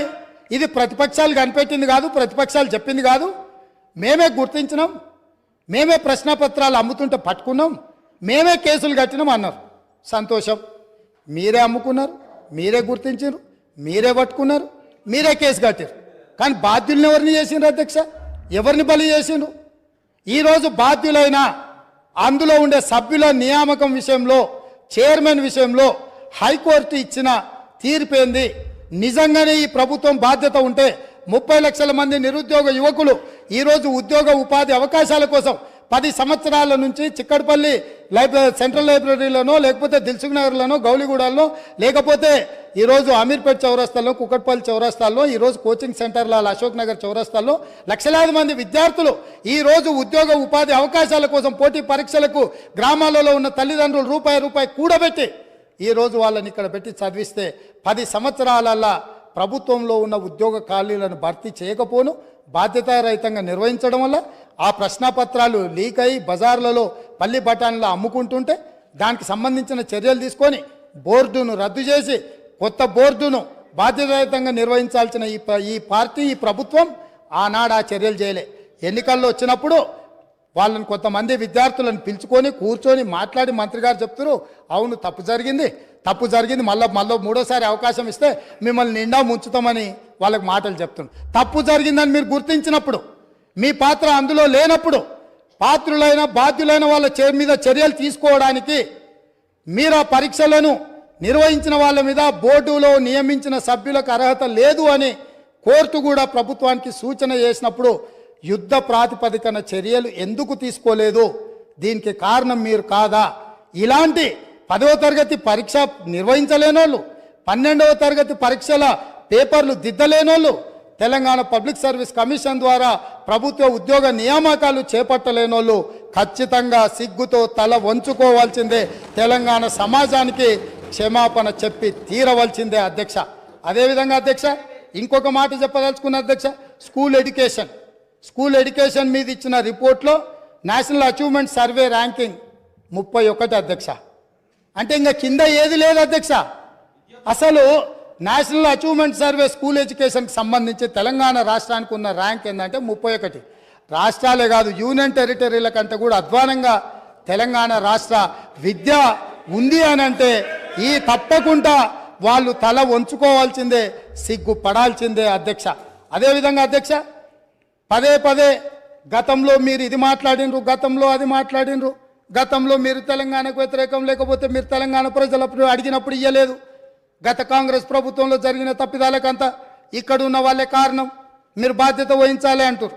నేను ఒక్క మాట మీ ద్వారా చెప్పదలుచుకున్నా అధ్యక్ష.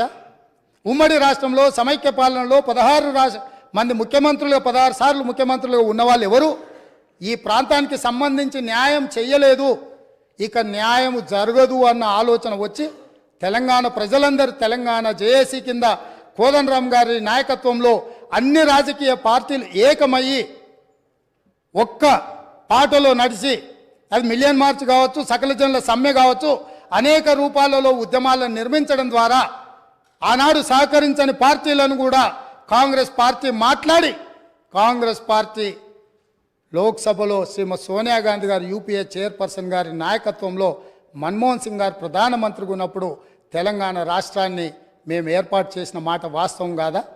ఈ తెలంగాణ రాష్ట్రం ఉక్కు సంకల్పంతో ఆనాడు 2004 సంవత్సరంలో శ్రీమతి సోనియా గాంధీ గారు కరీంనగర్ గడ్డ మీద నుంచి ఈ ప్రాంత ప్రజలకు ఇచ్చిన మాట నిలబెట్టుకోవడానికి మాట తప్పని మడమ తిప్పని నాయకురాలుగా తెలంగాణకు ఆనాడు ఇచ్చిన గ్యారంటీని ఎన్ని కష్టాలు, ఎన్ని నష్టాలు, ఎన్ని ఇబ్బందులు ఎదుర్కొన్న 4 కోట్ల తెలంగాణ ప్రజలకు తెలంగాణ రాష్ట్రాన్ని ఇచ్చి మాట నిలబెట్టుకున్న నాయకురాలు సోనియా గాంధీ గారు.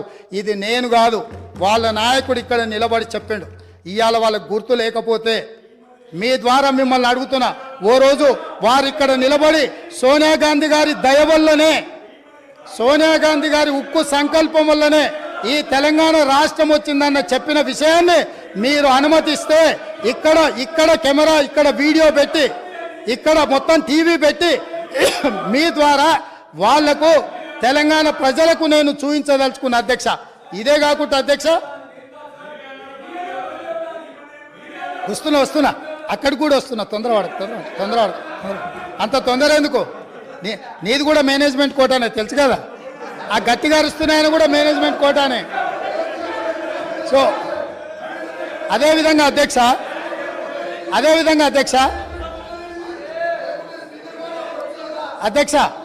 అదేవిధంగా 18 జూలై అధ్యక్ష బాగినాలే ప్రతిపక్ష నాయకులు 18 జూలై 1996 ఒక చర్చ సందర్భంగా, ఈ చర్చ 610 జీవో మీద తెలంగాణ సమస్యల మీద చర్చ జరిగినప్పుడు ఒక గొప్ప నాయకుడు, చాలా గొప్ప నాయకుడు అని చెప్పుకునేవాళ్ళు ఏం మాట్లాడినరో నేను చెప్పదలుచుకున్నా అధ్యక్ష. ఇది అసెంబ్లీ రికార్డులలో ఉంటే కావాలంటే వాళ్ళు కూడా చూసుకోవచ్చు, లేదంటే కాపీ నేను మీకు పంపిస్తాను, మీ ద్వారా వాళ్ళకి ఇవ్వచ్చు. ఉద్యోగులకు సంబంధించి 6 సూత్రాల పథకం, జోనల్ సిస్టమ్ వంటివి దెబ్బతిన్నాయి. సర్ప్లస్ స్టాఫ్ను రాష్ట్రంలో ఏ మూలనైనా వాడుకునేలా వీలు ఉండాలి, కానీ ఆ విధానం లేదు. మనం విధించుకున్న ఆటంకం 6 సూత్రాల జోనల్ విధానం.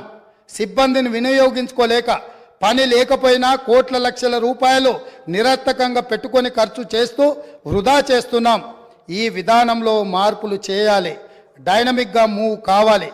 ఆయా ప్రాంతాల ప్రజాప్రతినిధులతోనూ ఉద్యోగ సంఘాలతోనూ సంప్రదింపులు జరిపి జోనల్ విధానాన్ని తొలగించడానికి ప్రయత్నం చేయాలి. ఆనాడు 69 తెలంగాణ ఉద్యమంలో ఎంతోమంది అమరులై కేంద్ర ప్రభుత్వంతో కొట్లాడి నిటారుగా నిలబడి సాధించుకున్న జోనల్ విధానాన్ని, జోనల్ విధానం ద్వారా ఉద్యోగ ఉపాధి అవకాశాలలో తెలంగాణ వాటాను, కోటాను నిర్ణయం చేసి జోనల్ విధానం తీసుకొస్తే ఈ 18 జూలై 1990 నాడు ఆనాడు మంత్రిగా ఉన్న శ్రీ గౌరవనీయులైన కల్వకుంట్ల చంద్రశేఖరరావు గారి ప్రసంగంలోని పాఠం. ఇది వారికి తెలంగాణ ప్రజల పట్ల, తెలంగాణ విధానాల పట్ల ఉన్న నిబద్ధత. ఈరోజు వాళ్ళు ఇక్కడ వచ్చి వారి వారసులం మేము, మా అంత ప్రబుద్ధులే లేరు, మా అంత గొప్ప ఉద్యమకారులే లేరు, తెలంగాణ అంటే మేమంటే తెలంగాణ అని గొప్పలు చెప్పుకునే వాళ్ళు ఇదే సభలో ఇక్కడే నిలబడి కల్వకుంట్ల చంద్రశేఖరరావు గారు మాట్లాడిన ప్రసంగం ఇది. ఇట్లా మాట్లాడినందుకు వారి తరఫున ఇక్కడ మాట్లాడిన వాళ్ళు మొదట తెలంగాణ ప్రజలకు క్షమాపణ చెప్పి జోనల్ విధానాన్ని, 6 సూత్రాల విధానాన్ని వ్యతిరేకించినందుకు తెలంగాణ ప్రజలకు క్షమాపణ చెప్పి మాట్లాడితే బాగుంటుంది. చరిత్ర వెనకెళ్ళి తవ్వడం మొదలు పెడితే ఆ సమాధులల్లో మీరు కూరుకుపోతారు, మళ్ళీ బయటికి కూడా రారు. కాబట్టి పదే పదే గతాన్ని తవ్వడం, ఎత్తిపోయడం అంటూ మొదలు పెడితే, ఈ పక్క నుంచి మేము ఎత్తిపోయడం మొదలు పెడితే మీరు తట్టుకోలేరు. అందుకే 2 జూను 2014 నుంచి తెలంగాణ రాష్ట్రం ఏర్పడ్డ తర్వాత జరిగిన పరిణామాల మీద మొదటి 9.5 సంవత్సరాలు మీరు పరిపాలన అందించారు. రాబోయే 10 సంవత్సరాలు మేము పరిపాలన అందించబోతున్నాం. ఇందులో సహేతుకమైన సూచనల్ని, సలహాలని మీరు ఇవ్వడానికి ముందుకు రావాలి అని చెప్పి నేను వారికి గుర్తు చేస్తున్నా అధ్యక్ష. అదేవిధంగా అధ్యక్ష, ఈరోజు ఈ తెలంగాణ రాష్ట్రంలో మనం నిర్ధారించుకున్న విధానాలు అత్యంత క్లిష్టమైనవి, బాధ్యతాయుతమైనవి. ఈ 6 గ్యారంటీలు మేమే గుర్తు చేసుకున్నామని కాదు, ఈరోజు వారు కూడా బైబుల్ లాగానో, గీత లాగానో, ఖురాన్ లాగానో పవిత్రంగా చేతిలో పట్టుకొని తిరగవలసిందే. ఈ 6 గ్యారంటీల నుంచి ఎవరు తప్పించుకోలేరు. ప్రతిరోజు శ్రీరామ జపం చదివినట్టు, లేకపోతే ఖురాన్ పఠించినట్టు, బైబిల్ని చదివినట్టు ప్రతిరోజు మేము ఇచ్చిన 6 గ్యారంటీలను వాళ్ళ చేత ఈ సభలో వెల్లువేయించే బాధ్యత నాది అధ్యక్ష. ప్రతిరోజు వాళ్ళతో మాట్లాడిపిస్తా. ఎందుకు అనంటే వాళ్లకు కూడా పథకాలలో ఉన్న గొప్పతనం అర్థం కావాలి, అర్థం చెయ్యాలి. అందుకే మీరు మిమ్మల్ని విజ్ఞప్తి చేస్తున్నా, రిక్వెస్ట్ చేస్తున్నా, వాళ్లకు అవసరమైనప్పుడు మైక్ ఇచ్చి వాళ్ళని ఎప్పటికప్పుడు మాట్లాడించాల్సిందిగా నేను కోరుకుంటున్నాను అధ్యక్ష. అదే విధంగా అధ్యక్ష, గవర్నర్ ప్రసంగము కాంగ్రెస్ పార్టీ మేనిఫెస్టో లాగానే ఉందని మరి పెద్దలు, చాలా అనుభవజ్ఞులు కడియం శ్రీహరి గారు, వారి పట్ల నాకు గౌరవం ఉంది. ఎప్పుడైనా మీరు ఇంతకాలము మంత్రిగా, ఉప ముఖ్యమంత్రిగా పనిచేసిండ్రు, ఏ గవర్నర్ గారి ప్రసంగమైనా మా ప్రభుత్వం యొక్క ప్రణాళిక, మా విధి విధానాలు, మా భవిష్యత్తు ఏదైతే ప్రణాళిక ఉన్నదో ఆ భవిష్యత్తు ప్రణాళికలనే మేము క్యాబినెట్లో చర్చించి మేము భవిష్యత్తులో ప్రజలకి ఏ విధంగా మేము మేలు చేయబోతున్నామో, ఈ ప్రజల బాగు కోసం, అభ్యున్నతి కోసం మేము చేపట్టబోయే చర్యలు ఏమున్నాయో గవర్నర్ ద్వారా మేము ప్రజలకు వివరించదలుచుకున్నాం. గవర్నర్ ప్రసంగం అంటే క్యాబినెట్ ఆమోదం పొందిన ప్రసంగం. కాబట్టి గవర్నర్ గారి ప్రసంగం బల్లగుద్ది చెప్తున్న మా కాంగ్రెస్ పార్టీ మేనిఫెస్టోనే గవర్నర్ గారి ప్రసంగంలో పెట్టినాం. అది మా బాధ్యత. అది అల్లా తప్పగా తయారు చేసింది కాదు. నిబద్ధతతోని, నిఖచ్చితంగా మేమందరం కూర్చొని, ఎవరో ఒక్కరు ఎక్కడనో కూర్చొని ఏదో రాసి, ఏదో ఇచ్చి, ఏదో చదివించే విధానం కాంగ్రెస్లో లేదు. సమిష్టి నాయకత్వం, సమిష్టి నిర్ణయాలు, సమిష్టిగా పరిపాలన జరుగుతుంది, సామాజిక న్యాయం జరుగుతుంది. అందుకే కాంగ్రెస్ పార్టీ స్పష్టంగా చెప్పింది, 6 గ్యారంటీలతో పాటు 7వ గ్యారంటీ ఇస్తున్నాం. ప్రజాస్వామ్యాన్ని ప్రజలకు అందిస్తాము, ప్రజలకు స్వేచ్ఛనిస్తాం, ప్రజలకు సామాజిక న్యాయాన్ని అందిస్తాం, సమానమైన అభివృద్ధిని తీసుకొస్తామని చెప్పి ప్రజలకు మేము మాట ఇచ్చినాం. 2004 నుంచి 2014 వరకు తీసుకొచ్చిన సంక్షేమ పథకాలు, అభివృద్ధి పథకాలు ఈరోజు హైదరాబాదు నగరంలో ఉన్నాయంటే ఔటర్ రింగ్ రోడ్ వాళ్ళు కట్టినరా అధ్యక్ష? అంతర్జాతీయ ఎయిర్పోర్ట్ వాళ్ళు కట్టినరా? మెట్రో రైలు వాళ్ళు కట్టినరా? హైదరాబాద్కి కృష్ణానది జలాలు వాళ్ళు తీసుకొచ్చిండ్రా? హైదరాబాద్కి గోదావరి జలాలు వాళ్ళు తీసుకొచ్చిరా? హైదరాబాద్లో ఈరోజు తీగల వంతెన మీద ఫోటోలు దిగుతున్న వాళ్ళు ఆనాడు కాంగ్రెస్ పార్టీ అధికారంలో ఉన్నప్పుడు చేసిన ప్రణాళికనే అన్న సంగతి అప్పుడే మర్చిపోయినరా? ఇవాళ మీరు నెత్తి మీద నీళ్లు చల్లుకున్నంత మాత్రాన గోదావరి తాగునీటి జలాలకు ప్రణాళిక పెట్టింది ఎవరు? ప్రారంభించింది ఎవరు? పనులు ముందుకు తీసుకొచ్చింది ఎవరు అధ్యక్ష? ప్రాణహిత చేవెళ్ల ప్రాజెక్టును ఆనాడు దేవేందర్ గౌడ్ గారు పాదయాత్ర చేసి తెలంగాణ ప్రజలకు ప్రాణహిత చేవెళ్ల ప్రాజెక్టు కావాలి అని అంటే ఒక తెలంగాణ బిడ్డగా దేవేందర్ గౌడ్ గారు కాంగ్రెస్ పార్టీ కాకపోయినా ఆనాటి కాంగ్రెస్ పార్టీ ఈ ప్రాజెక్టు ద్వారా 14 లక్షల ఎకరాలకు 38,400 కోట్ల రూపాయలతోటి నీళ్లు ఇవ్వాలని ఉక్కు సంకల్పంతో డాక్టర్ బాబాసాహెబ్ అంబేద్కర్ ప్రాణహిత చేవెళ్ల ప్రాజెక్టును ప్రారంభించారు. పెద్దలు వెంకటస్వామి గారి సూచనతోని ఆ పేరును పెట్టినరు. పనులు ప్రారంభించి చేవెళ్లలో అర్ధాంతరంగా ఆగిపోయిన పనులకు ఎవరు బాధ్యత తీసుకుంటారని నేను అడుగుతున్నా అధ్యక్ష. ఆనాడు కాంగ్రెస్ పార్టీలో ఉన్న నాయకులు చిన్నారెడ్డి గారు లాంటి వాళ్ళు మాట్లాడడం వల్ల పాలమూరు ప్రాంతానికి, రంగారెడ్డి ప్రాంతానికి సాగునీటి ప్రాజెక్టు నిర్మించాలి, సాగునీరు తాగునీరు ఇవ్వాలి అని పాలమూరు రంగారెడ్డి ఎత్తిపోతల ప్రాజెక్టుకు 2013లోనే మంజూరు ఇచ్చి పనులను సర్వేలు చేయమని ఆదేశాలు ఇచ్చి దానికి పునాది రాయి వేసింది కూడా కాంగ్రెస్ పార్టీ కాదా అని నేను అడుగుతున్నా. ఉమ్మడి రాష్ట్రంలో చివరి జీవో నెంబర్ 69 నారాయణపేట కొడంగల్ ఎత్తిపోతల పథకానికి 8.5 టీఎంసీలతో 1500 కోట్ల రూపాయలతో 1,07,000 ఎకరాలకు సాగునీరు తాగునీరు ఆ ప్రాంతానికి అందించాలని ప్రాజెక్టు ఆమోదిస్తే నికర జలాల కేటాయింపుతోనే ఆనాడు గవర్నర్ గారు జీవో ఇస్తే ఆ జీవోను ఈనాటి వరకు తుంగలు తొక్కిపెట్టి నారాయణపేట కొడంగల్ ప్రాంతాన్ని ఎడారిగా మార్చింది వాళ్ళు కాదా? ఈ వివక్ష వీళ్ళు చేసింది కాదా అని నేను అడుగుతున్నా అధ్యక్ష. ఇదేనా ఈ తెలంగాణ రాష్ట్రంలో తెలంగాణ వాడు ముఖ్యమంత్రిగా ఉండి తెలంగాణ ప్రాంతాన్ని పరిపాలిస్తున్నాడు అన్నప్పుడు ఎందుకు మా ప్రాంతాలు వివక్షకు గురైనాయి? మా ప్రాంతాలు ఈ రోజుకి వలసల ప్రాంతంగా ఎందుకు ఉన్నది? ఈ వలసలకు, ఈ చావులకు వీళ్ళు కారణం కాదా అని నేను అడుగుతున్నా అధ్యక్ష.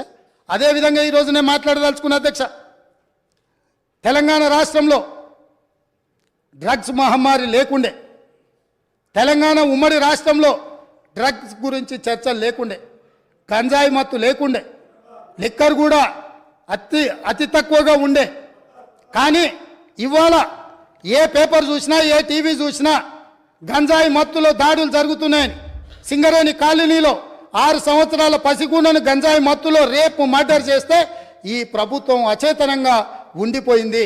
ఈరోజు ఈ రాష్ట్రంలో జరుగుతున్న కారణాలకు, ఈరోజు దొరుకుతున్న డ్రగ్స్కి ఈ ప్రభుత్వ వైఫల్యం కారణం కాదా? ఈ ప్రభుత్వం డ్రగ్స్కు సంబంధించి విచారణ మీద సిట్టు వేసి ఆ సిట్లో ఉన్న అధికారిని అర్ధాంతరంగా ఎందుకు బదిలీ చేసిండ్రు? అతను ఎక్కడికి పోయిండు? ఆ సిట్ ఎక్కడికి పోయింది? ఆ విచారణ ఎక్కడికి పోయిందని నేను అడుగుతున్నా అధ్యక్ష.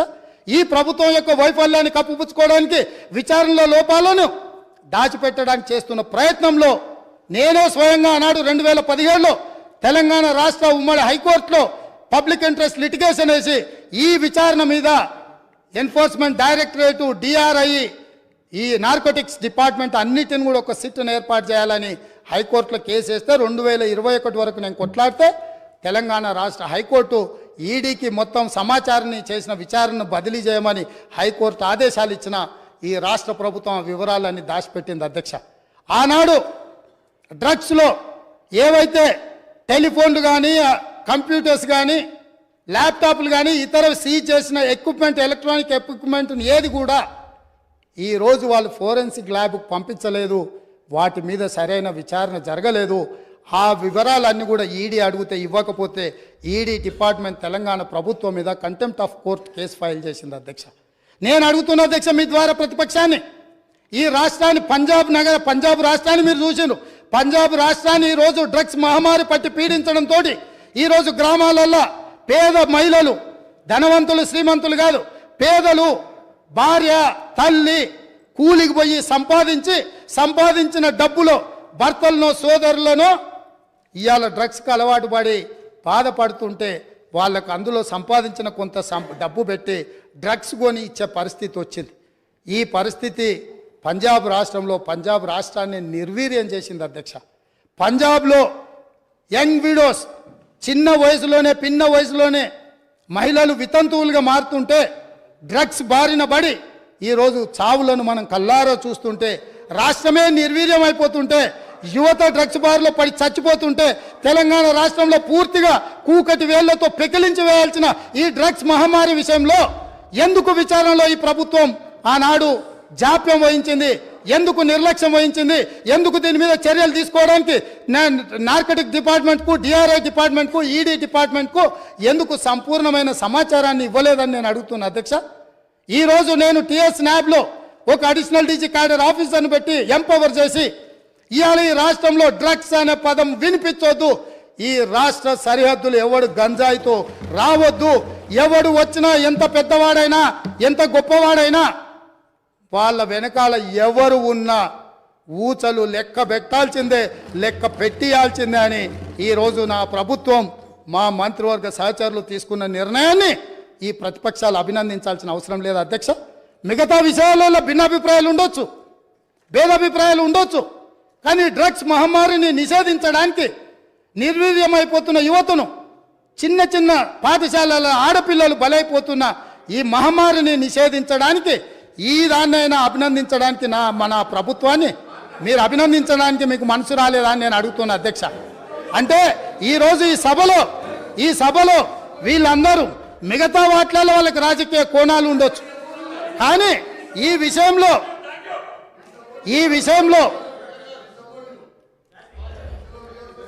రన్నింగ్ కామెంట్ చేయకండి దయచేసి ప్లీజ్. సార్ పాపం తెలియక అట్లా అంటుండు, కానీ తర్వాత ఆయనకుండే బాధలు ఆయనకుంటాయి. ఎందుకంటే ఎవరైతే ఈ అంశం మీద పూర్తి స్థాయిలో మాట్లాడినరో వారు బాధ్యత తీసుకొని మిగతా విషయాలలో మాకు భిన్నాభిప్రాయాలు ఉన్నా డ్రగ్స్ నిర్మూలన విషయంలో, మత్తు పదార్థాలను నిషేధించడంలో, గంజాయి ఇతర మత్తు పదార్థాలను ఈ రాష్ట్ర సరిహద్దులను దాటి లోపలికి రానివ్వకుండా కంచేసి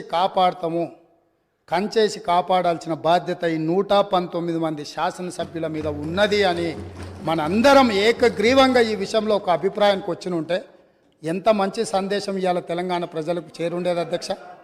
కాళ్ళు వనకాలి అధ్యక్ష. ఎవరైనా ఈ రాష్ట్రంలో గంజాయి కానీ, కొకైన్ కానీ, హెరాయిన్ కానీ ఇట్లాంటివి రకరకాల ఎన్నో పేర్లు పలకడానికి కూడా నాకు రాదు అధ్యక్ష. వీటన్నిటినీ 100% ఉక్కు పాదంతో అణిచివేస్తాం, ఎంత వాళ్ళున్నా బొక్కలేస్తామనే నిబద్ధతతో మా ప్రభుత్వం పనిచేయబోతుంది. దీనికైనా వాళ్ళు పూర్తి స్థాయిలో మద్దతు పలకాలి అని చెప్పి మీ ద్వారా వారికి విజ్ఞప్తి చేస్తున్నా అధ్యక్ష. అదేవిధంగా అధ్యక్ష,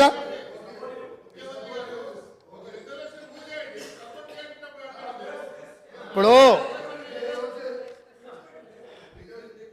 గవర్నర్ గారి ప్రసంగంలోనే ఈ అంశాన్ని స్పష్టంగా ప్రస్తావించిన.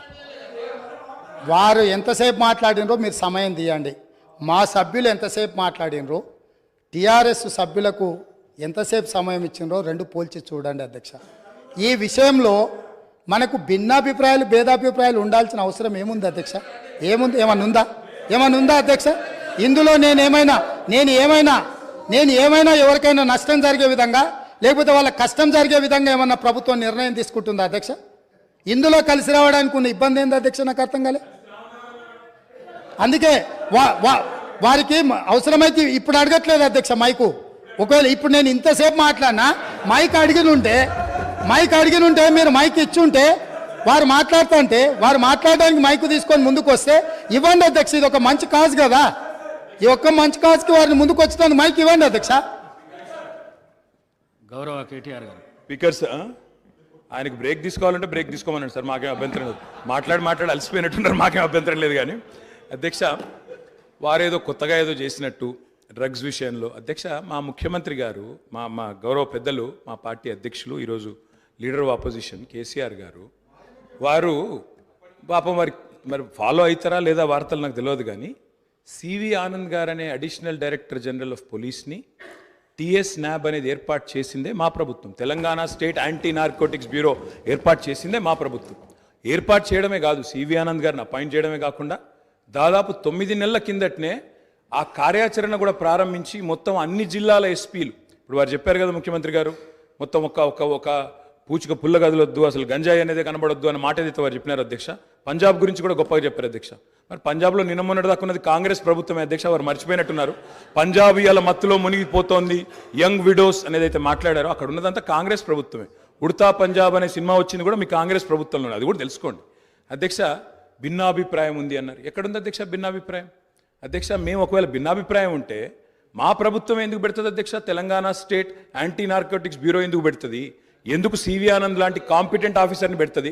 సరే, మీరు తీసేసింది ఆయన, అది వేరే విషయం. కానీ సివి ఆనంద్ లాంటి కాంపిటెంట్ ఆఫీసర్ని ఎందుకు పెడతాం అధ్యక్ష? ఇంకో మాట అధ్యక్ష, ఇట్లాంటి విషయాలు ఇప్పుడు ఈరోజు కాదు అధ్యక్ష, ఇట్లాంటి విషయాల్లో గౌరవ ముఖ్యమంత్రి గారు ఆనాడు కేసీఆర్ గారు మరి టీమ్స్ పెట్టినా, రాష్ట్ర ప్రయోజనాలకు సంబంధించి ఏ అంశం పెట్టినా, ఈరోజు డ్రగ్స్ విషయంలో మీరు మాట్లాడినా 100% కాదు అధ్యక్ష, 1000% మా పార్టీ నుంచి పూర్తి సహకారం ఉంటుంది ఈ విషయంలో.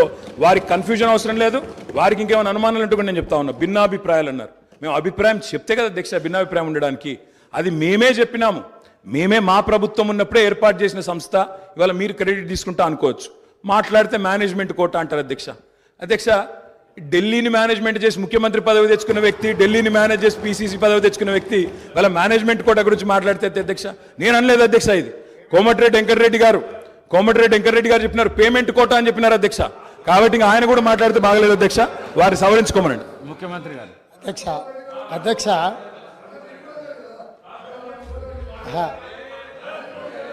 అధ్యక్ష సభ్యుడికి ఇట్లయినా పరివర్తన వస్తుందేమని నేను అనుకున్నా. స్పష్టంగా ఒక అంశానికే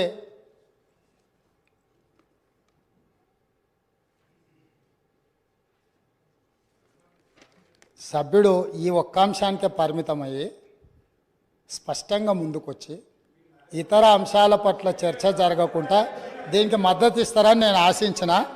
సో నన్ను నిరాశపరిచింది. మళ్ళీ సేమ్ రిటారిక్ పొలిటికల్ అలిగేషన్ చేసే ప్రయత్నం చేసిండ్రు.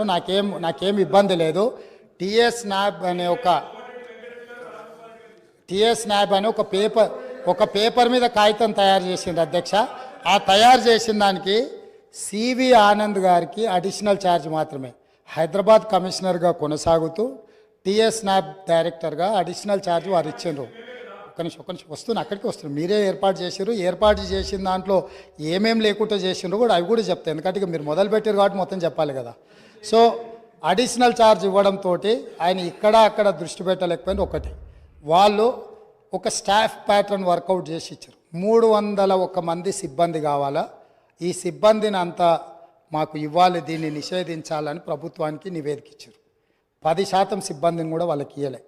29 కోట్ల రూపాయలు వాహనాల కొనుగోలు కానీ ఇతర ఆఫీస్కు సంబంధించిన అంశాలను మాకు ఏర్పరచుకోవడానికి 29 కోట్ల రూపాయలు బడ్జెట్ కావాలని రాష్ట్ర ప్రభుత్వానికి అడిగారు.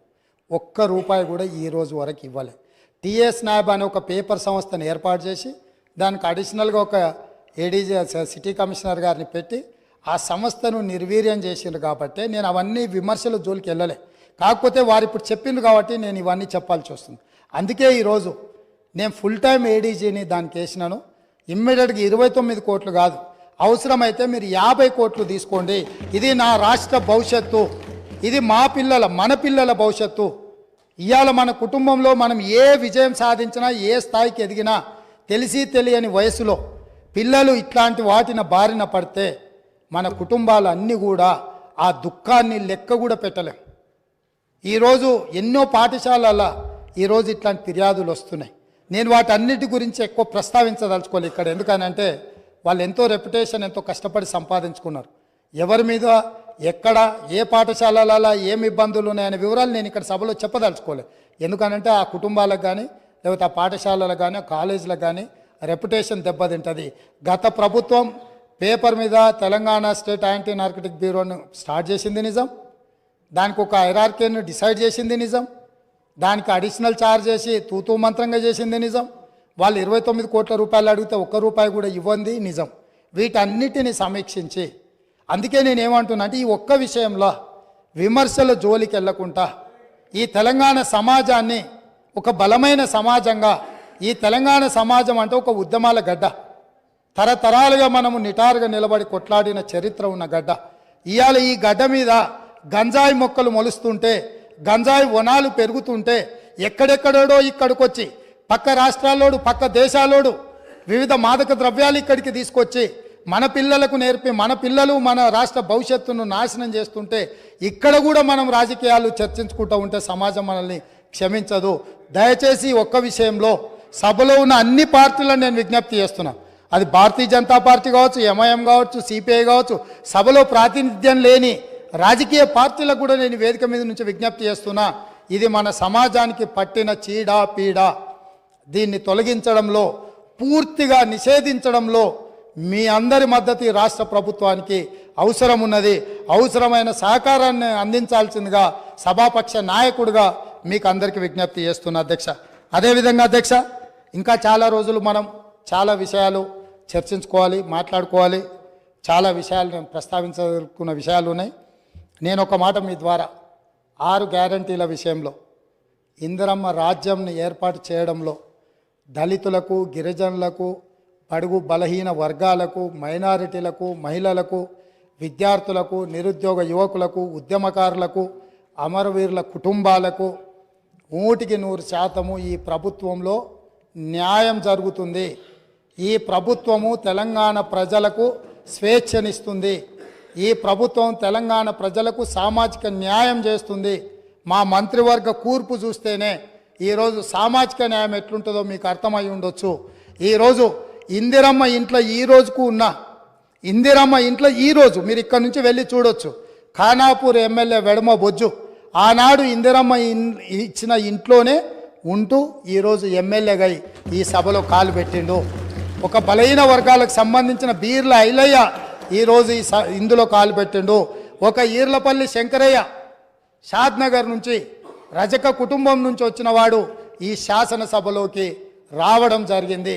ఇట్లా చెప్పుకుంటూ వెళ్తే అత్యంత పేదలు, నిరుపేదల నుంచి వచ్చిన వాళ్లకు ప్రజలతో ఉన్న సంబంధాలు, అనుబంధాలతోని మందుల శామ్యుల్ మీరు అణిచివేసి తెలంగాణ ఉద్యమంలో ఉండి మీతో ఉద్యమంలో మొదటి నుంచి చివరి వరకు ఉన్న మందుల శామ్యుల్ని మీరు అనాథగా వదిలేస్తే 50,000 రూపాయల నగదు లేకపోయినా 52,000 ఓట్లతోని కాంగ్రెస్ పార్టీ మల్లికార్జున ఖర్గే, సోనియమ్మ గారి నాయకత్వంలో ఎమ్మెల్యేని చేసి ఈ సభలోకి మందుల శామ్యుల్ని, తెలంగాణ ఉద్యమకారుణ్ణి ఈ కాంగ్రెస్ పార్టీ తీసుకొచ్చింది. అధ్యక్ష, కాంగ్రెస్ పార్టీ చిత్తశుద్ధిని ఈ దేశంలో ప్రజలు ఆలోచన చేయనప్పుడు, ఈ దేశంలో ప్రజలకు స్వతంత్రం కావాలి అని అందరికి అవగాహన లేనప్పుడే ఈ దేశ ప్రజలకు స్వేచ్ఛనివ్వాలి, స్వతంత్రం తీసుకురావాలి అని కాంగ్రెస్ పార్టీని ప్రారంభించి ఆగస్టు 15, 1947లో ఈ దేశానికి స్వతంత్రం సాధించిన పార్టీ కాంగ్రెస్ పార్టీ.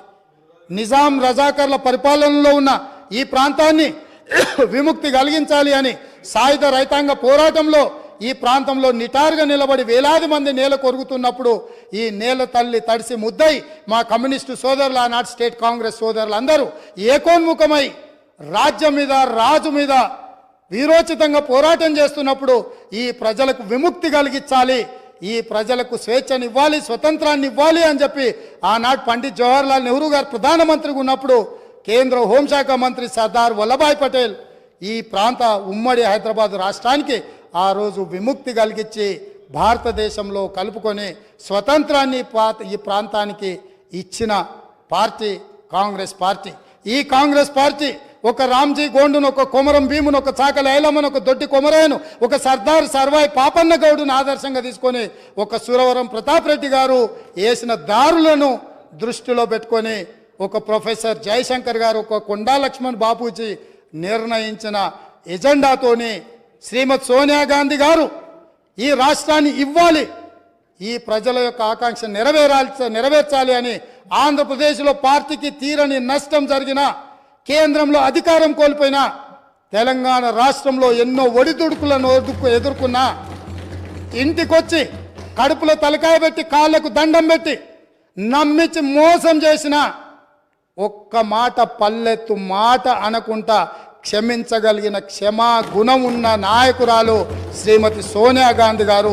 చరిత్ర పుటలలో ఎవరు కుటుంబాలు కుటుంబ సమేతంగా సపరివార సకుటుంబ సమేతంగా వెళ్ళి సోనియా గాంధీ గారి కాళ్ళకు దండం పెట్టి తర్వాత వెన్నుపోటు పొడిచిండ్రో చరిత్ర పుటలలో శాశ్వతంగా ఉంది. అయినా ఈ రోజు వరకు శ్రీమతి సోనియా గాంధీ గారు ఏ ఒక్కరోజు కూడా పల్లెత్తు మాట అనలేదు. 2004లో కరీంనగర్ జిల్లా నుంచి ప్రజలకు ఒక గ్యారెంటీ ఇచ్చింది, ఆ గ్యారెంటీని అమలు చేసింది. మళ్ళీ సెప్టెంబర్ 17, 2023 నాడు రంగారెడ్డి జిల్లాలో రాజీవ్ గాంధీ ప్రాంగణంలో ఈ తెలంగాణ ప్రజలకు 6 గ్యారెంటీలను ఇచ్చింది. ఏ కష్టం వచ్చినా, ఏ నష్టం వచ్చినా, ఎవరు అడ్డుపడ్డా, ఎవరు నిలవరించాలి, ఎవరు అభ్యంతర పెట్టినా 6 గ్యారెంటీలను ఖచ్చితంగా అమలు చేసే గ్యారెంటీని ఈ రోజు ముఖ్యమంత్రిగా నా మంత్రివర్గ సహచరులందరి తరఫున తెలంగాణ ప్రజలకు మాట ఇస్తున్నా. ప్రతిపక్షాలను ఇప్పటికి కూడా వారికి విజ్ఞప్తి చేస్తున్నా, మేము విధానపరమైన నిర్ణయాలు చేస్తాం, ప్రతిపక్షాలుగా బాధ్యతాయుతంగా సలహాలు సూచనలు ఇవ్వండి. సహేతుకమైన సలహాలు సూచనలకు ఎప్పుడు కూడా మా మిత్రుడు ఎంఐఎం పార్టీ కావచ్చు, మా కమ్యూనిస్టు సోదరుడు కావచ్చు, భారతీయ జనతా పార్టీ సోదరులు కావచ్చు, ఈ రాష్ట్రాన్ని నిర్మించడంలో, ఈ రాష్ట్రాన్ని అభివృద్ధి పదం వైపు నడిపించడంలో, ఈ రాష్ట్రమే ప్రపంచంతో పోటీ పడే విధంగా ఈ తెలంగాణ రాష్ట్రాన్ని ప్రపంచంతోనే పోటీ పడే విధమైన సంక్షేమ అభివృద్ధి కార్యక్రమాలలో ముందుకు తీసుకెళ్లడానికి సహకరించే ప్రతి ఒక్కరిని అవకాశం ఇస్తాం. అదేవిధంగా ఇవాళ మీరు ఏదైతే మాట్లాడుతున్నారో ఈ సభలో కొంచెం ప్రిపేర్ అయ్యి రాండి, చదువుకొని రాండి, అవగాహనతో రాండి, అంశాలను ప్రస్తావించండి. నా నూతన సభ్యులకు కూడా దాదాపుగా 50 మంది సభ్యులు మొదటిసారి ఎన్నికై సభలోకి వచ్చిండ్రు. వాళ్ళందరూ మనల్ని చూసి నేర్చుకోవాలి. ఎమ్మెల్యే పదవి అనేది తాత్కాలిక ఉద్యోగం కాదు, లేకపోతే ఎమ్మెల్యే పదవి అనేది కొంతకాలం ఉండి తర్వాత పోయేది కాదు. ప్రజా జీవితంలో ఎమ్మెల్యే అనేది ఒక బాధ్యత. మనం పాలకులం కాదు, మనం సేవకులము. పాలన చేయడానికి, అధికారం చెలాయించడానికి, నిరంకుశత్వాన్ని అమలు చేయడానికి మేము ఇక్కడికి రాలేదు. మేము పాలకులము కాదు అధ్యక్ష, మేము సేవకులము. 4 కోట్ల ప్రజలకు సేవ చేయడానికే మేము ఇక్కడికి వచ్చినాం. మీరు ఏ న్యాయబద్ధమైన సలహాలు సూచనలు ఇచ్చినా తప్పకుండా అనుమతిస్తాం. ఒకవేళ ఇక్కడ మీకు న్యాయం జరగలేదు అనుకుంటే మీరు నిరసన తెలుపొచ్చు, ధర్నాలు చేయొచ్చు. ధర్నా చౌక్లో మా మిత్రుల ఆమరణ నిరాహార దీక్ష చేయొచ్చు. తప్పకుండా ధర్నా చౌక్ను తిరిగి వాళ్ళు వినియోగించుకొని ధర్నా చౌక్ను మళ్ళా ధర్నాలు చేయొచ్చని మళ్ళీ ముందుకు రావాలి. వాళ్ళలాగా నిషేధితపు ఆలోచనలు కానీ లేకపోతే ఫ్యూడల్ విధానాలు కానీ కాంగ్రెస్ పార్టీ ఎప్పటికీ అమలు చేయదు. మళ్ళొకసారి ఈ అవకాశం ఇచ్చిన మీకు, ఒక మంచి సాంప్రదాయానికి తెరలేపిన గవర్నర్ గారికి ధన్యవాదాలు తెలియజేసుకుంటూ సెలవు తీసుకుంటున్నాను అధ్యక్ష.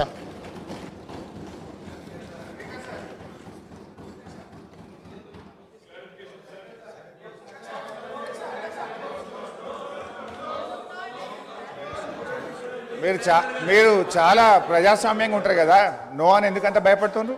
ఓపికగా ఉండండి, ప్లీజ్ వెయిట్. మీరు చాలా డెమోక్రటిక్ అని చెప్పుకున్నారు కదా ఇప్పటిదాకా. డెమోక్రసీ మాటల్లో కాదు చేతల్లో కనబడాలి. Please wait.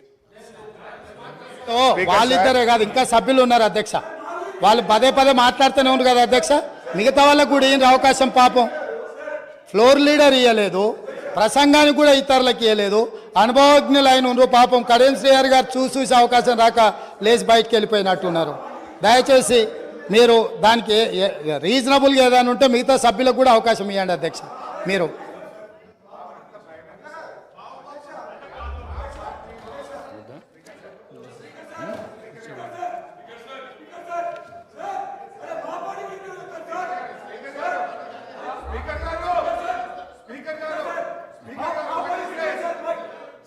ప్రతి పార్టీ సభ్యుడికి ఒక్కరికి క్లారిఫికేషన్ కోసం అవకాశం ఇవ్వడం జరిగింది. అదే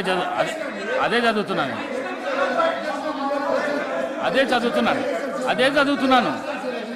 మీరు మాటికి ముందు మీరు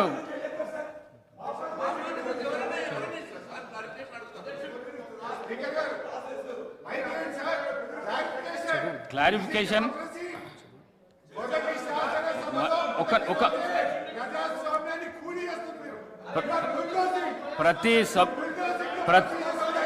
ప్రతి పార్టీ సభ్యుడికి ఒక్కరికి క్లారిఫికేషన్ అవకాశం ఇవ్వడం జరుగుతున్నది. దయచేసి క్లారిఫికేషన్ మాత్రమే అడగండి, స్పీచ్లు ఇవ్వద్దు. క్లారిఫికేషన్ మాట్లాడవలసిన బాధ్యత శ్రీ కేటీఆర్ పైన ఉన్నది. కేటీఆర్ గారు ఇవ్వండి, మీరు ఇవ్వండి. కేటీఆర్ గారు మీరు ప్లీజ్ ప్లీజ్ ప్లీజ్.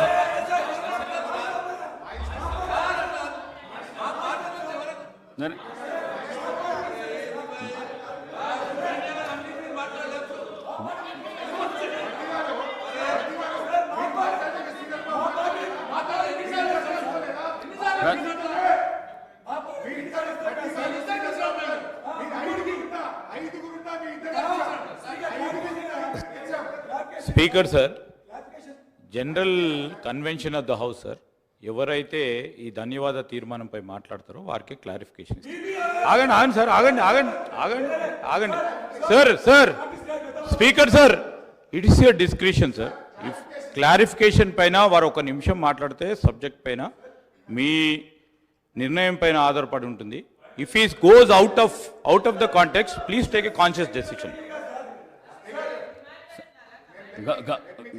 గౌరవ సభ్యుని నేను కోరుతున్నా, క్లారిఫికేషన్ ఇస్తేనే మాట్లాడండి, వేరంటే మైక్ మాత్రం ఇది చేసేస్తాం. ప్లీజ్ ప్లీజ్ ప్లీజ్ మీరు కూర్చోండి. గౌరవనీయులు స్పీకర్ గారు, మీరంటే మాకు చాలా గౌరవము. సభ రికార్డులు ఒకసారి వెరిఫై చేయండి please. Verify the records of this house. ఆ రోజు 5 శాసనసభ్యులే కాంగ్రెస్ పార్టీకి ఇక్కడ ఉన్నా, భట్టి గారు గవర్నర్ ప్రసంగం మీద మాట్లాడినాక మళ్ళీ శ్రీధర్ బాబు గారు లేచి మైక్ అడిగితే కూడా క్లారిఫికేషన్లో 10 నిమిషాలు శ్రీధర్ బాబు గారికి ఇచ్చాం. అంటే ఆ రోజు నేను కూడా శాసనసభ వ్యవహారాల మంత్రిగా పనిచేశాను, వారు కూడా పనిచేసినారు. We are so democratic, we are so democratic. 5 సభ్యులున్న భట్టి గారు గంటన్నర మాట్లాడినరు, తర్వాత శ్రీధర్ బాబు గారు 10 నిమిషాలు మాట్లాడితే కూడా క్లారిఫికేషన్లో సమయం ఇచ్చినటువంటి నేపథ్యం ఈ సభకు ఉన్నది.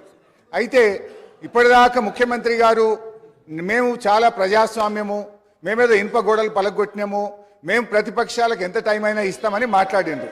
ఇప్పుడు మాటలు కోటలు దాటుతున్నాయి కానీ చేతలు గడప దాటని పరిస్థితి. ఇది మొదటి సభ, మొదటి గవర్నర్ ప్రసంగము. ఇప్పుడే మీరు మా గొంతు నొక్కితే ఇక రేపు మాత్రం మీరు మాకు ఎట్లా న్యాయం చేస్తారని భావించాలి అధ్యక్ష. గౌరవనీయులు ముఖ్యమంత్రి గారు చాలా విషయాలను స్లీపింగ్ రిమార్క్స్ చేశారు. నేను మధ్యలో లేచి పాయింట్ ఆఫ్ ఆర్డర్ లేవనెత్తిన, క్లారిఫికేషన్ అడిగే ప్రయత్నం చేసిన.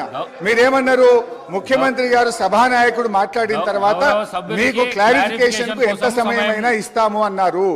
మీరు నేను అప్పుడే పాయింట్ ఆఫ్ ఆర్డర్ లేవనెత్తితే కూడా మీరు కనీసం మా వైపు చూడకుండా వారు అయిపోయిన తర్వాత ఇస్తా అన్నారు. So he made lot of sleeping remarks. So I need to clarify, I need to set right the records. నేను వారిలాగా స్లీపింగ్ రిమార్క్స్ చేయదలుచుకోలేదు.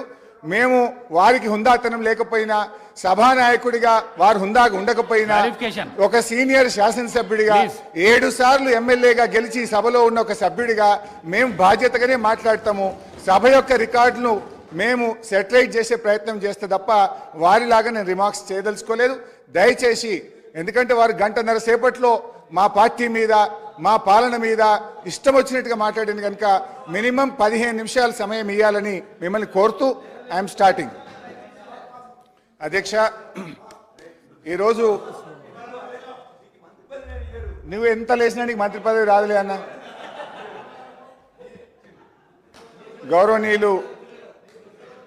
గౌరవ ముఖ్యమంత్రి రేవంత్ రెడ్డి గారు అన్న, ప్లీజ్ కోమటిరెడ్డి రాజగోపాల్ అన్న జర దయనే,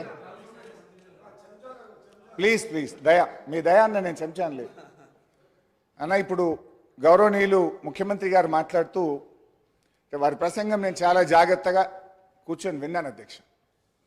వారు ఇంకా ఈ రాష్ట్రానికి ముఖ్యమంత్రి అయినట్టుగా భావించడం లేదు. వారి ప్రసంగ తీరు కానీ ఈ సభ వారు నడుపుతున్నటువంటి తీరు చూస్తూ ఉంటే ఇంకా ఆయన ప్రతిపక్షంలో ఉన్నట్టు, ఒక పిసిసి అధ్యక్షుడిగా ఉన్నట్టు, ఒక స్లీపింగ్ రిమార్క్స్ ఎలక్షన్ స్పీచ్ తరహాలో వారు మాట్లాడుతూ ఉన్నారు. బాధ్యతాయుతంగా మాట్లాడతారేమో, వారు మారుతారేమోనని నేను భావించాను. కానీ వారి ప్రసంగం అంతా కూడా ఒక ప్రతిపక్షంలో ఆ రోజు ఎట్లయితే గోబల్స్ ప్రచారం చేస్తూ ఒక అబద్ధాన్ని 100 సార్లు చెప్తే నిజమైద్దన్న రీతిలో గతంలో వ్యవహరించారో, ఇవాళ సభానాయకుడు కూడా అదే తీరును వారు ప్రదర్శించడం ఇది దురదృష్టకరం. ఈ సభకు ఆయనకు మంచిది కాదని నేను హితవు పలుకుతా ఉన్నాను. ఇకపోతే అధ్యక్ష, వారు కుటుంబ పాలన గురించి ప్రారంభించారు. వెనకటికి ఎవడో గొంగళ్ళ కూర్చొని ఇంటికెళ్ళేరిండట. ఇవాళ వాళ్ళ పరిస్థితి అట్లా ఉన్నది. అసలు మీ పార్టీ నెహ్రూ గారు, సోనియా గాంధీ గారు, రాజీవ్ గాంధీ గారు చనిపోతే ఒక ఎన్ఆర్ఐ ఇటలీ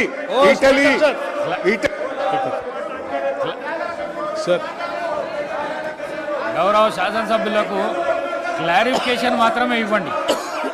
చర్చకు అవకాశం కలిగించకండి. చర్చకు అవకాశం కలిగించకండి. క్లారిఫికేషన్ ఇవ్వండి.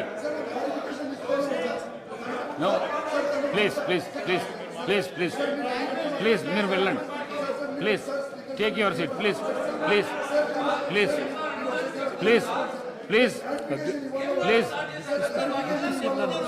ప్లీజ్. అధ్యక్ష, క్లారిఫికేషన్ అంటే అధ్యక్ష, క్లారిఫికేషన్ అంటే ధన్యవాదాలు చెప్పినటువంటి గౌరవ సభ్యులు వారు తృప్తి పడకపోతే తిరిగి మరి వారు ఏమన్నా ఒకటి రెండు ప్రశ్నలు అడిగితే మళ్ళీ ఏమైనా సమాధానం చెప్పడానికి సభానాయకులు గారికి ఆలోచన ఉంటుంది. మాట్లాడింది ఏమి కేటీఆర్ గారు, హరీష్ రావు గారు లేచి నేను క్లారిఫికేషన్ అంటే ఎట్లా అధ్యక్ష? హరీష్ రావు గారు లేచి మళ్ళీ మాట్లాడటం అంటే ఇంకో రెండో ప్రశ్న అడగటం, అది ఇంకో క్వశ్చన్ కిందకి వస్తుంది తప్ప అది క్లారిఫికేషన్ కిందకి రాదు.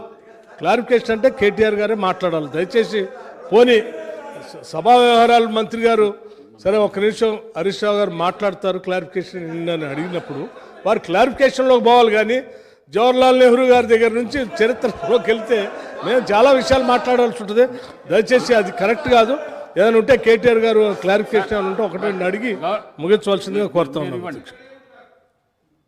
భట్టి గారు, I have lot of respect for you. మీరు ఇక్కడ కూర్చున్నప్పుడు కూడా 5 సభ్యులు ఉన్నా మీరు గంటన్నర మాట్లాడినా బెల్లు కొట్టలే స్పీకర్ గారు.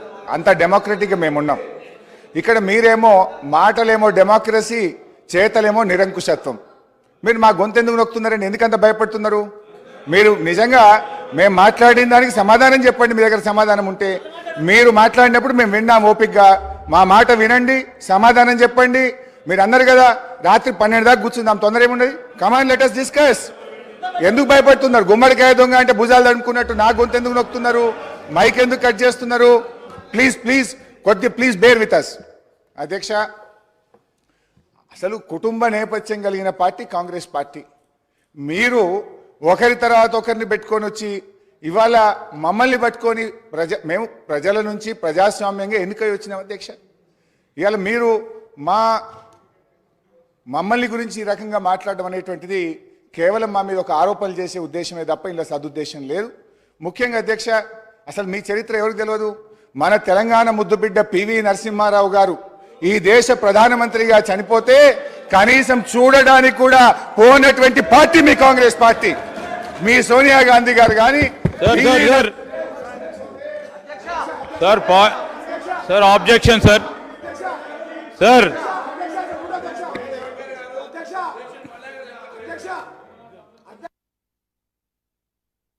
చర్చకు దారి తీయకండి, క్లారిఫికేషన్ అడగండి. మీరు మీకు అవకాశం కలిగించిన క్లారిఫికేషన్ కోసం క్లారిఫికేషన్ అడగండి ప్లీజ్. మీరు క్లారిఫికేషన్ అడగండి ప్లీజ్. కూర్చోండి ప్లీజ్. స్పీకర్ సార్ మీరు ఆ చిట్టీలు విప్పు గారు చిట్టి తెస్తుండ్రు గొంతు కట్ చేయమని, ఇంకా మైక్ కట్ చేయమని. అర్థమైతలేదా? సెక్రటరీ గారు చెవులో చెప్తుండు, విప్పు గారు చిట్టి తెస్తుండు. మా గొంతు కట్ చేయండి, మైక్ కట్ చేయండి, హరీష్ రావును మాట్లాడియకూరికి, ఇంతే కదా. ఇక ఇది మీ ప్రజాస్వామ్యం. మీ ప్రజాస్వామ్యం ఏ పాటలో అర్థమైతలేదా ఏమి? అధ్యక్ష, ఆ రోజు పివి నరసింహారావు గారు చనిపోతే కనీసం ఈ దేశ ప్రధానమంత్రిగా పనిచేసిన మన తెలుగు బిడ్డ గుంటెడు జాగ కూడా అయ్యేటువంటి చరిత్ర మీ కాంగ్రెస్. అధ్యక్ష, ఇది మరీ అన్యాయం. వారికి గౌరవ సభ్యులు, సీనియర్ సభ్యులని వారికి క్లారిఫికేషన్ కోసం మైక్ ఇస్తే 2 సార్లు 3 సార్లు 4 సార్లు విజ్ఞప్తి చేశాం. వారు సభా వ్యవహారాల మంత్రి చేశారు, నేను చేశాను. క్లారిఫికేషన్ ఏదంటే అడగండి అన్నాం, అది వదిలిపెట్టారు. 2 సార్లు ఇస్తే రెండోసారి ఎక్కడికో పోయారు, మూడోసారి పివి నరసింహారావు గారి దగ్గర పోయారు. దయచేసి దిస్ ఈజ్ నాట్ కరెక్ట్ అధ్యక్ష. ఏమంటే క్లారిఫికేషన్ సంబంధించి ఏదైనా అడిగేది ఉంటే ఒకటి అడగండి, దాంతో ముగించండి. ఎక్కడికో మాత్రం పోవటం కరెక్ట్ కాదు.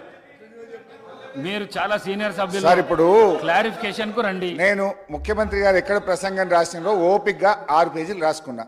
ఆయన ఎక్కడ స్టార్ట్ చేసిండో నేను అక్కడనే స్టార్ట్ చేసిన. 1 by 1 వారు చెప్పిన ప్రతిదానికి నేను క్లారిఫికేషన్ ఇవ్వదలుచుకున్నా, క్లారిఫికేషన్ అడగదలుచుకున్నా, క్లారిఫికేషన్ ఇవ్వదలుచుకున్నా. వారు మా మీద చేసిన ఆరోపణలకు మేము సమాధానం చెప్పాలి. వారు కొన్ని తప్పుడు విషయాలు చెప్పిండ్రు, దాన్ని సభ రికార్డులు సెటిలైట్ చేయాలి. కొన్ని విషయాలు వారిని స్పష్టత అడగాల్సిన అవసరం ఉంది. వారు స్టార్ట్ చేసింది మా మీద స్లీపింగ్ రిమార్క్స్తో స్టార్ట్ చేసింది కనుక నేను కూడా అక్కడి నుంచే స్టార్ట్ అయింది. అధ్యక్ష, దయచేసి ఒక 15 నిమిషాలు నా మైక్ కట్ చేయకండి. వారికి ఓపుకుంది. ముఖ్యమంత్రి గారు చాలా గొప్పగా చెప్పిండు, ఇది ప్రజాస్వామ్యము, ఎంతసేపు అన్న వాళ్ళు మాట్లాడని అన్నాడు, వాళ్ళని ఇక్కడి నుంచి పోనీ అన్నాడు. నేను కూడా ఆయన ఇక్కడి నుంచి పోనీయదలుచుకోలేదు. వాళ్ళు కూడా నా మాట వినాల్సిందే, వాళ్ళు కూడా ఇక్కడ కూర్చోవాల్సిందే. వాళ్ళ మాటల్లో నిజం ఉంటే, నిజాయితీ ఉంటే నా మైక్ కట్ చేయకుండా వినాలని కోరుతా ఉన్నా. మైక్ కట్ చేస్తే ప్రజలు గమనిస్తారు, వీళ్ళ అన్ని మాటలే వీళ్ళ చేతల్లో లేవు. నేతి బీరకాయలో నెయ్యి ఎంతుందో ఈ కాంగ్రెస్ పార్టీ పాలన మాటల్లో నిజమంతుందని ప్రజలు అనుకునే అవకాశం ఉంది. సో అందువల్ల 15 నిమిషాలు నా మైక్ కట్ చేయొద్దు. నా మాటలు వాళ్ళకి నిజాయితీ ఉంటే, వాళ్ళు చెప్పిన మాటలు నిజమైతే ఓపికగా వినమని చెప్పండి. అధ్యక్ష, let me start. Don't interrupt me. మీరు ముఖ్యమంత్రి గారు మాట్లాడితే మేము విన్నాం. ఇవి రాసుకున్నా, నేను 8 పేజీలు రాసుకున్నా, ఓపిక్గా పెన్ను బట్టి రాసుకున్నా. మీరు రాసుకోండి, మళ్ళీ నాకు సమాధానం చెప్పండి. మీరు సమాధానం చెప్పండి నాకు అధ్యక్ష. అయితే అధ్యక్ష, కాంగ్రెస్ పార్టీ చరిత్ర, నేపథ్యం, కుటుంబం, ఇవాళ పివి నరసింహారావు గారిని అవమానపరిచినటువంటి చరిత్ర మన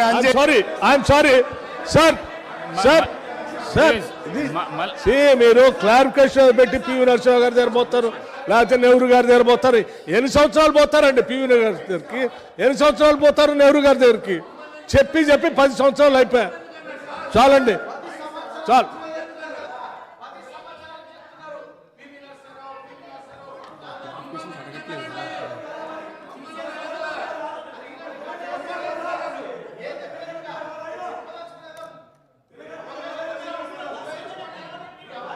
చదివాలా?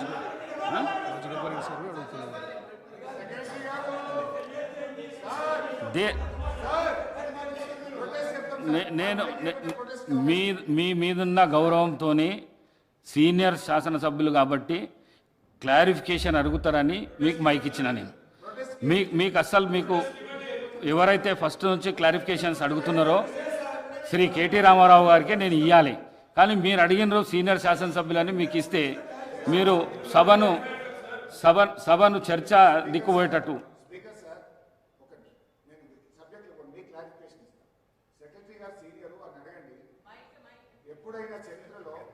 ప్రతిపక్షానికి గవర్నర్ ప్రసంగం మీద ఎప్పుడు 2 సభ్యులకు అవకాశం ఇచ్చింది ఈ సభ యొక్క సాంప్రదాయం ఉంది. ఫస్ట్ టైం మీరు ఈ సభలో ఒకరే మాట్లాడాలని చెప్పి కొత్త సాంప్రదాయం తెచ్చినారు. గతంలో ఎప్పుడైనా ప్రధాన ప్రతిపక్షం నుంచి 5 సభ్యులున్న కాంగ్రెస్ పార్టీకి కూడా 2 మాట్లాడే అవకాశం మేము ఇచ్చాం. ఇవాళ 39 మంది శాసనసభ్యులున్న మాకు ఈ సభలో మీరు అవకాశం ఇవ్వమంటే మేము ప్రొటెస్ట్ చెప్తాం. మరి మాట్లాడమంటే మాట్లాడతా అధ్యక్ష. మాట్లాడడానికి మీకు మైక్ ఇయ్యము, మీ గొంతు నొక్కుతాము అని కాంగ్రెస్ పార్టీ మొదటి రోజే నిర్ణయించుకుంటే మరి నాకు ప్రొటెస్ట్కి అవకాశం ఇవ్వండి. Let me protest and I will walkout from this house. మాట్లాడమంటారా, ప్రొటెస్ట్ చెప్పమంటారా? Protest is our right. Protest is our right. You cannot deny that. I want to clarify, sir. I want to clarify and enlighten this house. Sir, 20th January 2019, discussion on motion of thanks on governor's address. ఒక్కరే sir, Koppula Eshwar గారు, అదేవిధంగా వేముల ప్రశాంత్ రెడ్డి గారు మాట్లాడారు. అదేవిధంగా 19 మళ్ళా మా party నుంచి వెంకటరమణారెడ్డి గారు మాట్లాడారు. ఇప్పుడు వారి పరంగా ఉన్నారు సార్. అదేవిధంగా రాజాసింగ్ గారు బీజేపీ నుంచి మాట్లాడారు, ఎంఐఎం నుంచి ఒకరు మాట్లాడారు. వాళ్ళ పార్టీ నుంచి ఆ రోజు ట్రెజరీ బెంచెస్ నుంచి 2 మాట్లాడితే ప్రతిపక్షాన్ని నుంచి అన్ని ప్రతిపక్ష పార్టీల నుంచి ఒక్కరే మాట్లాడారు sir. I just want to enlighten the house. Deviation కాదు. నేను గౌరవ మరి చాలా సీనియర్ శాసనసభ్యులు హరీష్ రావు గారిని కోరుతా ఉన్నాను. నేను ఈరోజు వారికి కూడా మనవి చేస్తూ ఉన్నాను. ఎందుకంటే ఇంతకుముందు మనవి చేశాను, లీడర్ ఆఫ్ ద హౌస్ కౌన్సిల్లో కూడా రిప్లై ఇచ్చేది ఉంది. అందుకోసమే వారిని కోరుతా ఉన్నాను. ఇంకా మీ అనేక అంశాలు కూడా, ఎందుకంటే హౌస్ సైనడే అయితలేదు. నెక్స్ట్ రేపో ఎల్లుండో ఆవులెల్లుండో స్పీకర్ గారు నిర్ణయం తీసుకున్న తర్వాత అర్జన్ అయిన తర్వాత మళ్ళీ తిరిగి మీకున్న డౌట్స్ కానీ మీకున్న చెప్పొచ్చు. మేము చెప్తాను, డిఫరెంట్ డిబేట్స్లో డిఫరెంట్ డిస్కషన్స్లో పాల్గొని అని చెప్పిన ముఖ్యమంత్రి గారికి సమాధానం చెప్పే విధంగా ఉంటుంది. There are no amendments to the motion of thanks to the address by governor. The question is that the following motion moved by Dr. T. Ram Mohan Reddy and seconded by Sri Vivek Venkateswamy is before the house. That address be presented to the governor as follows.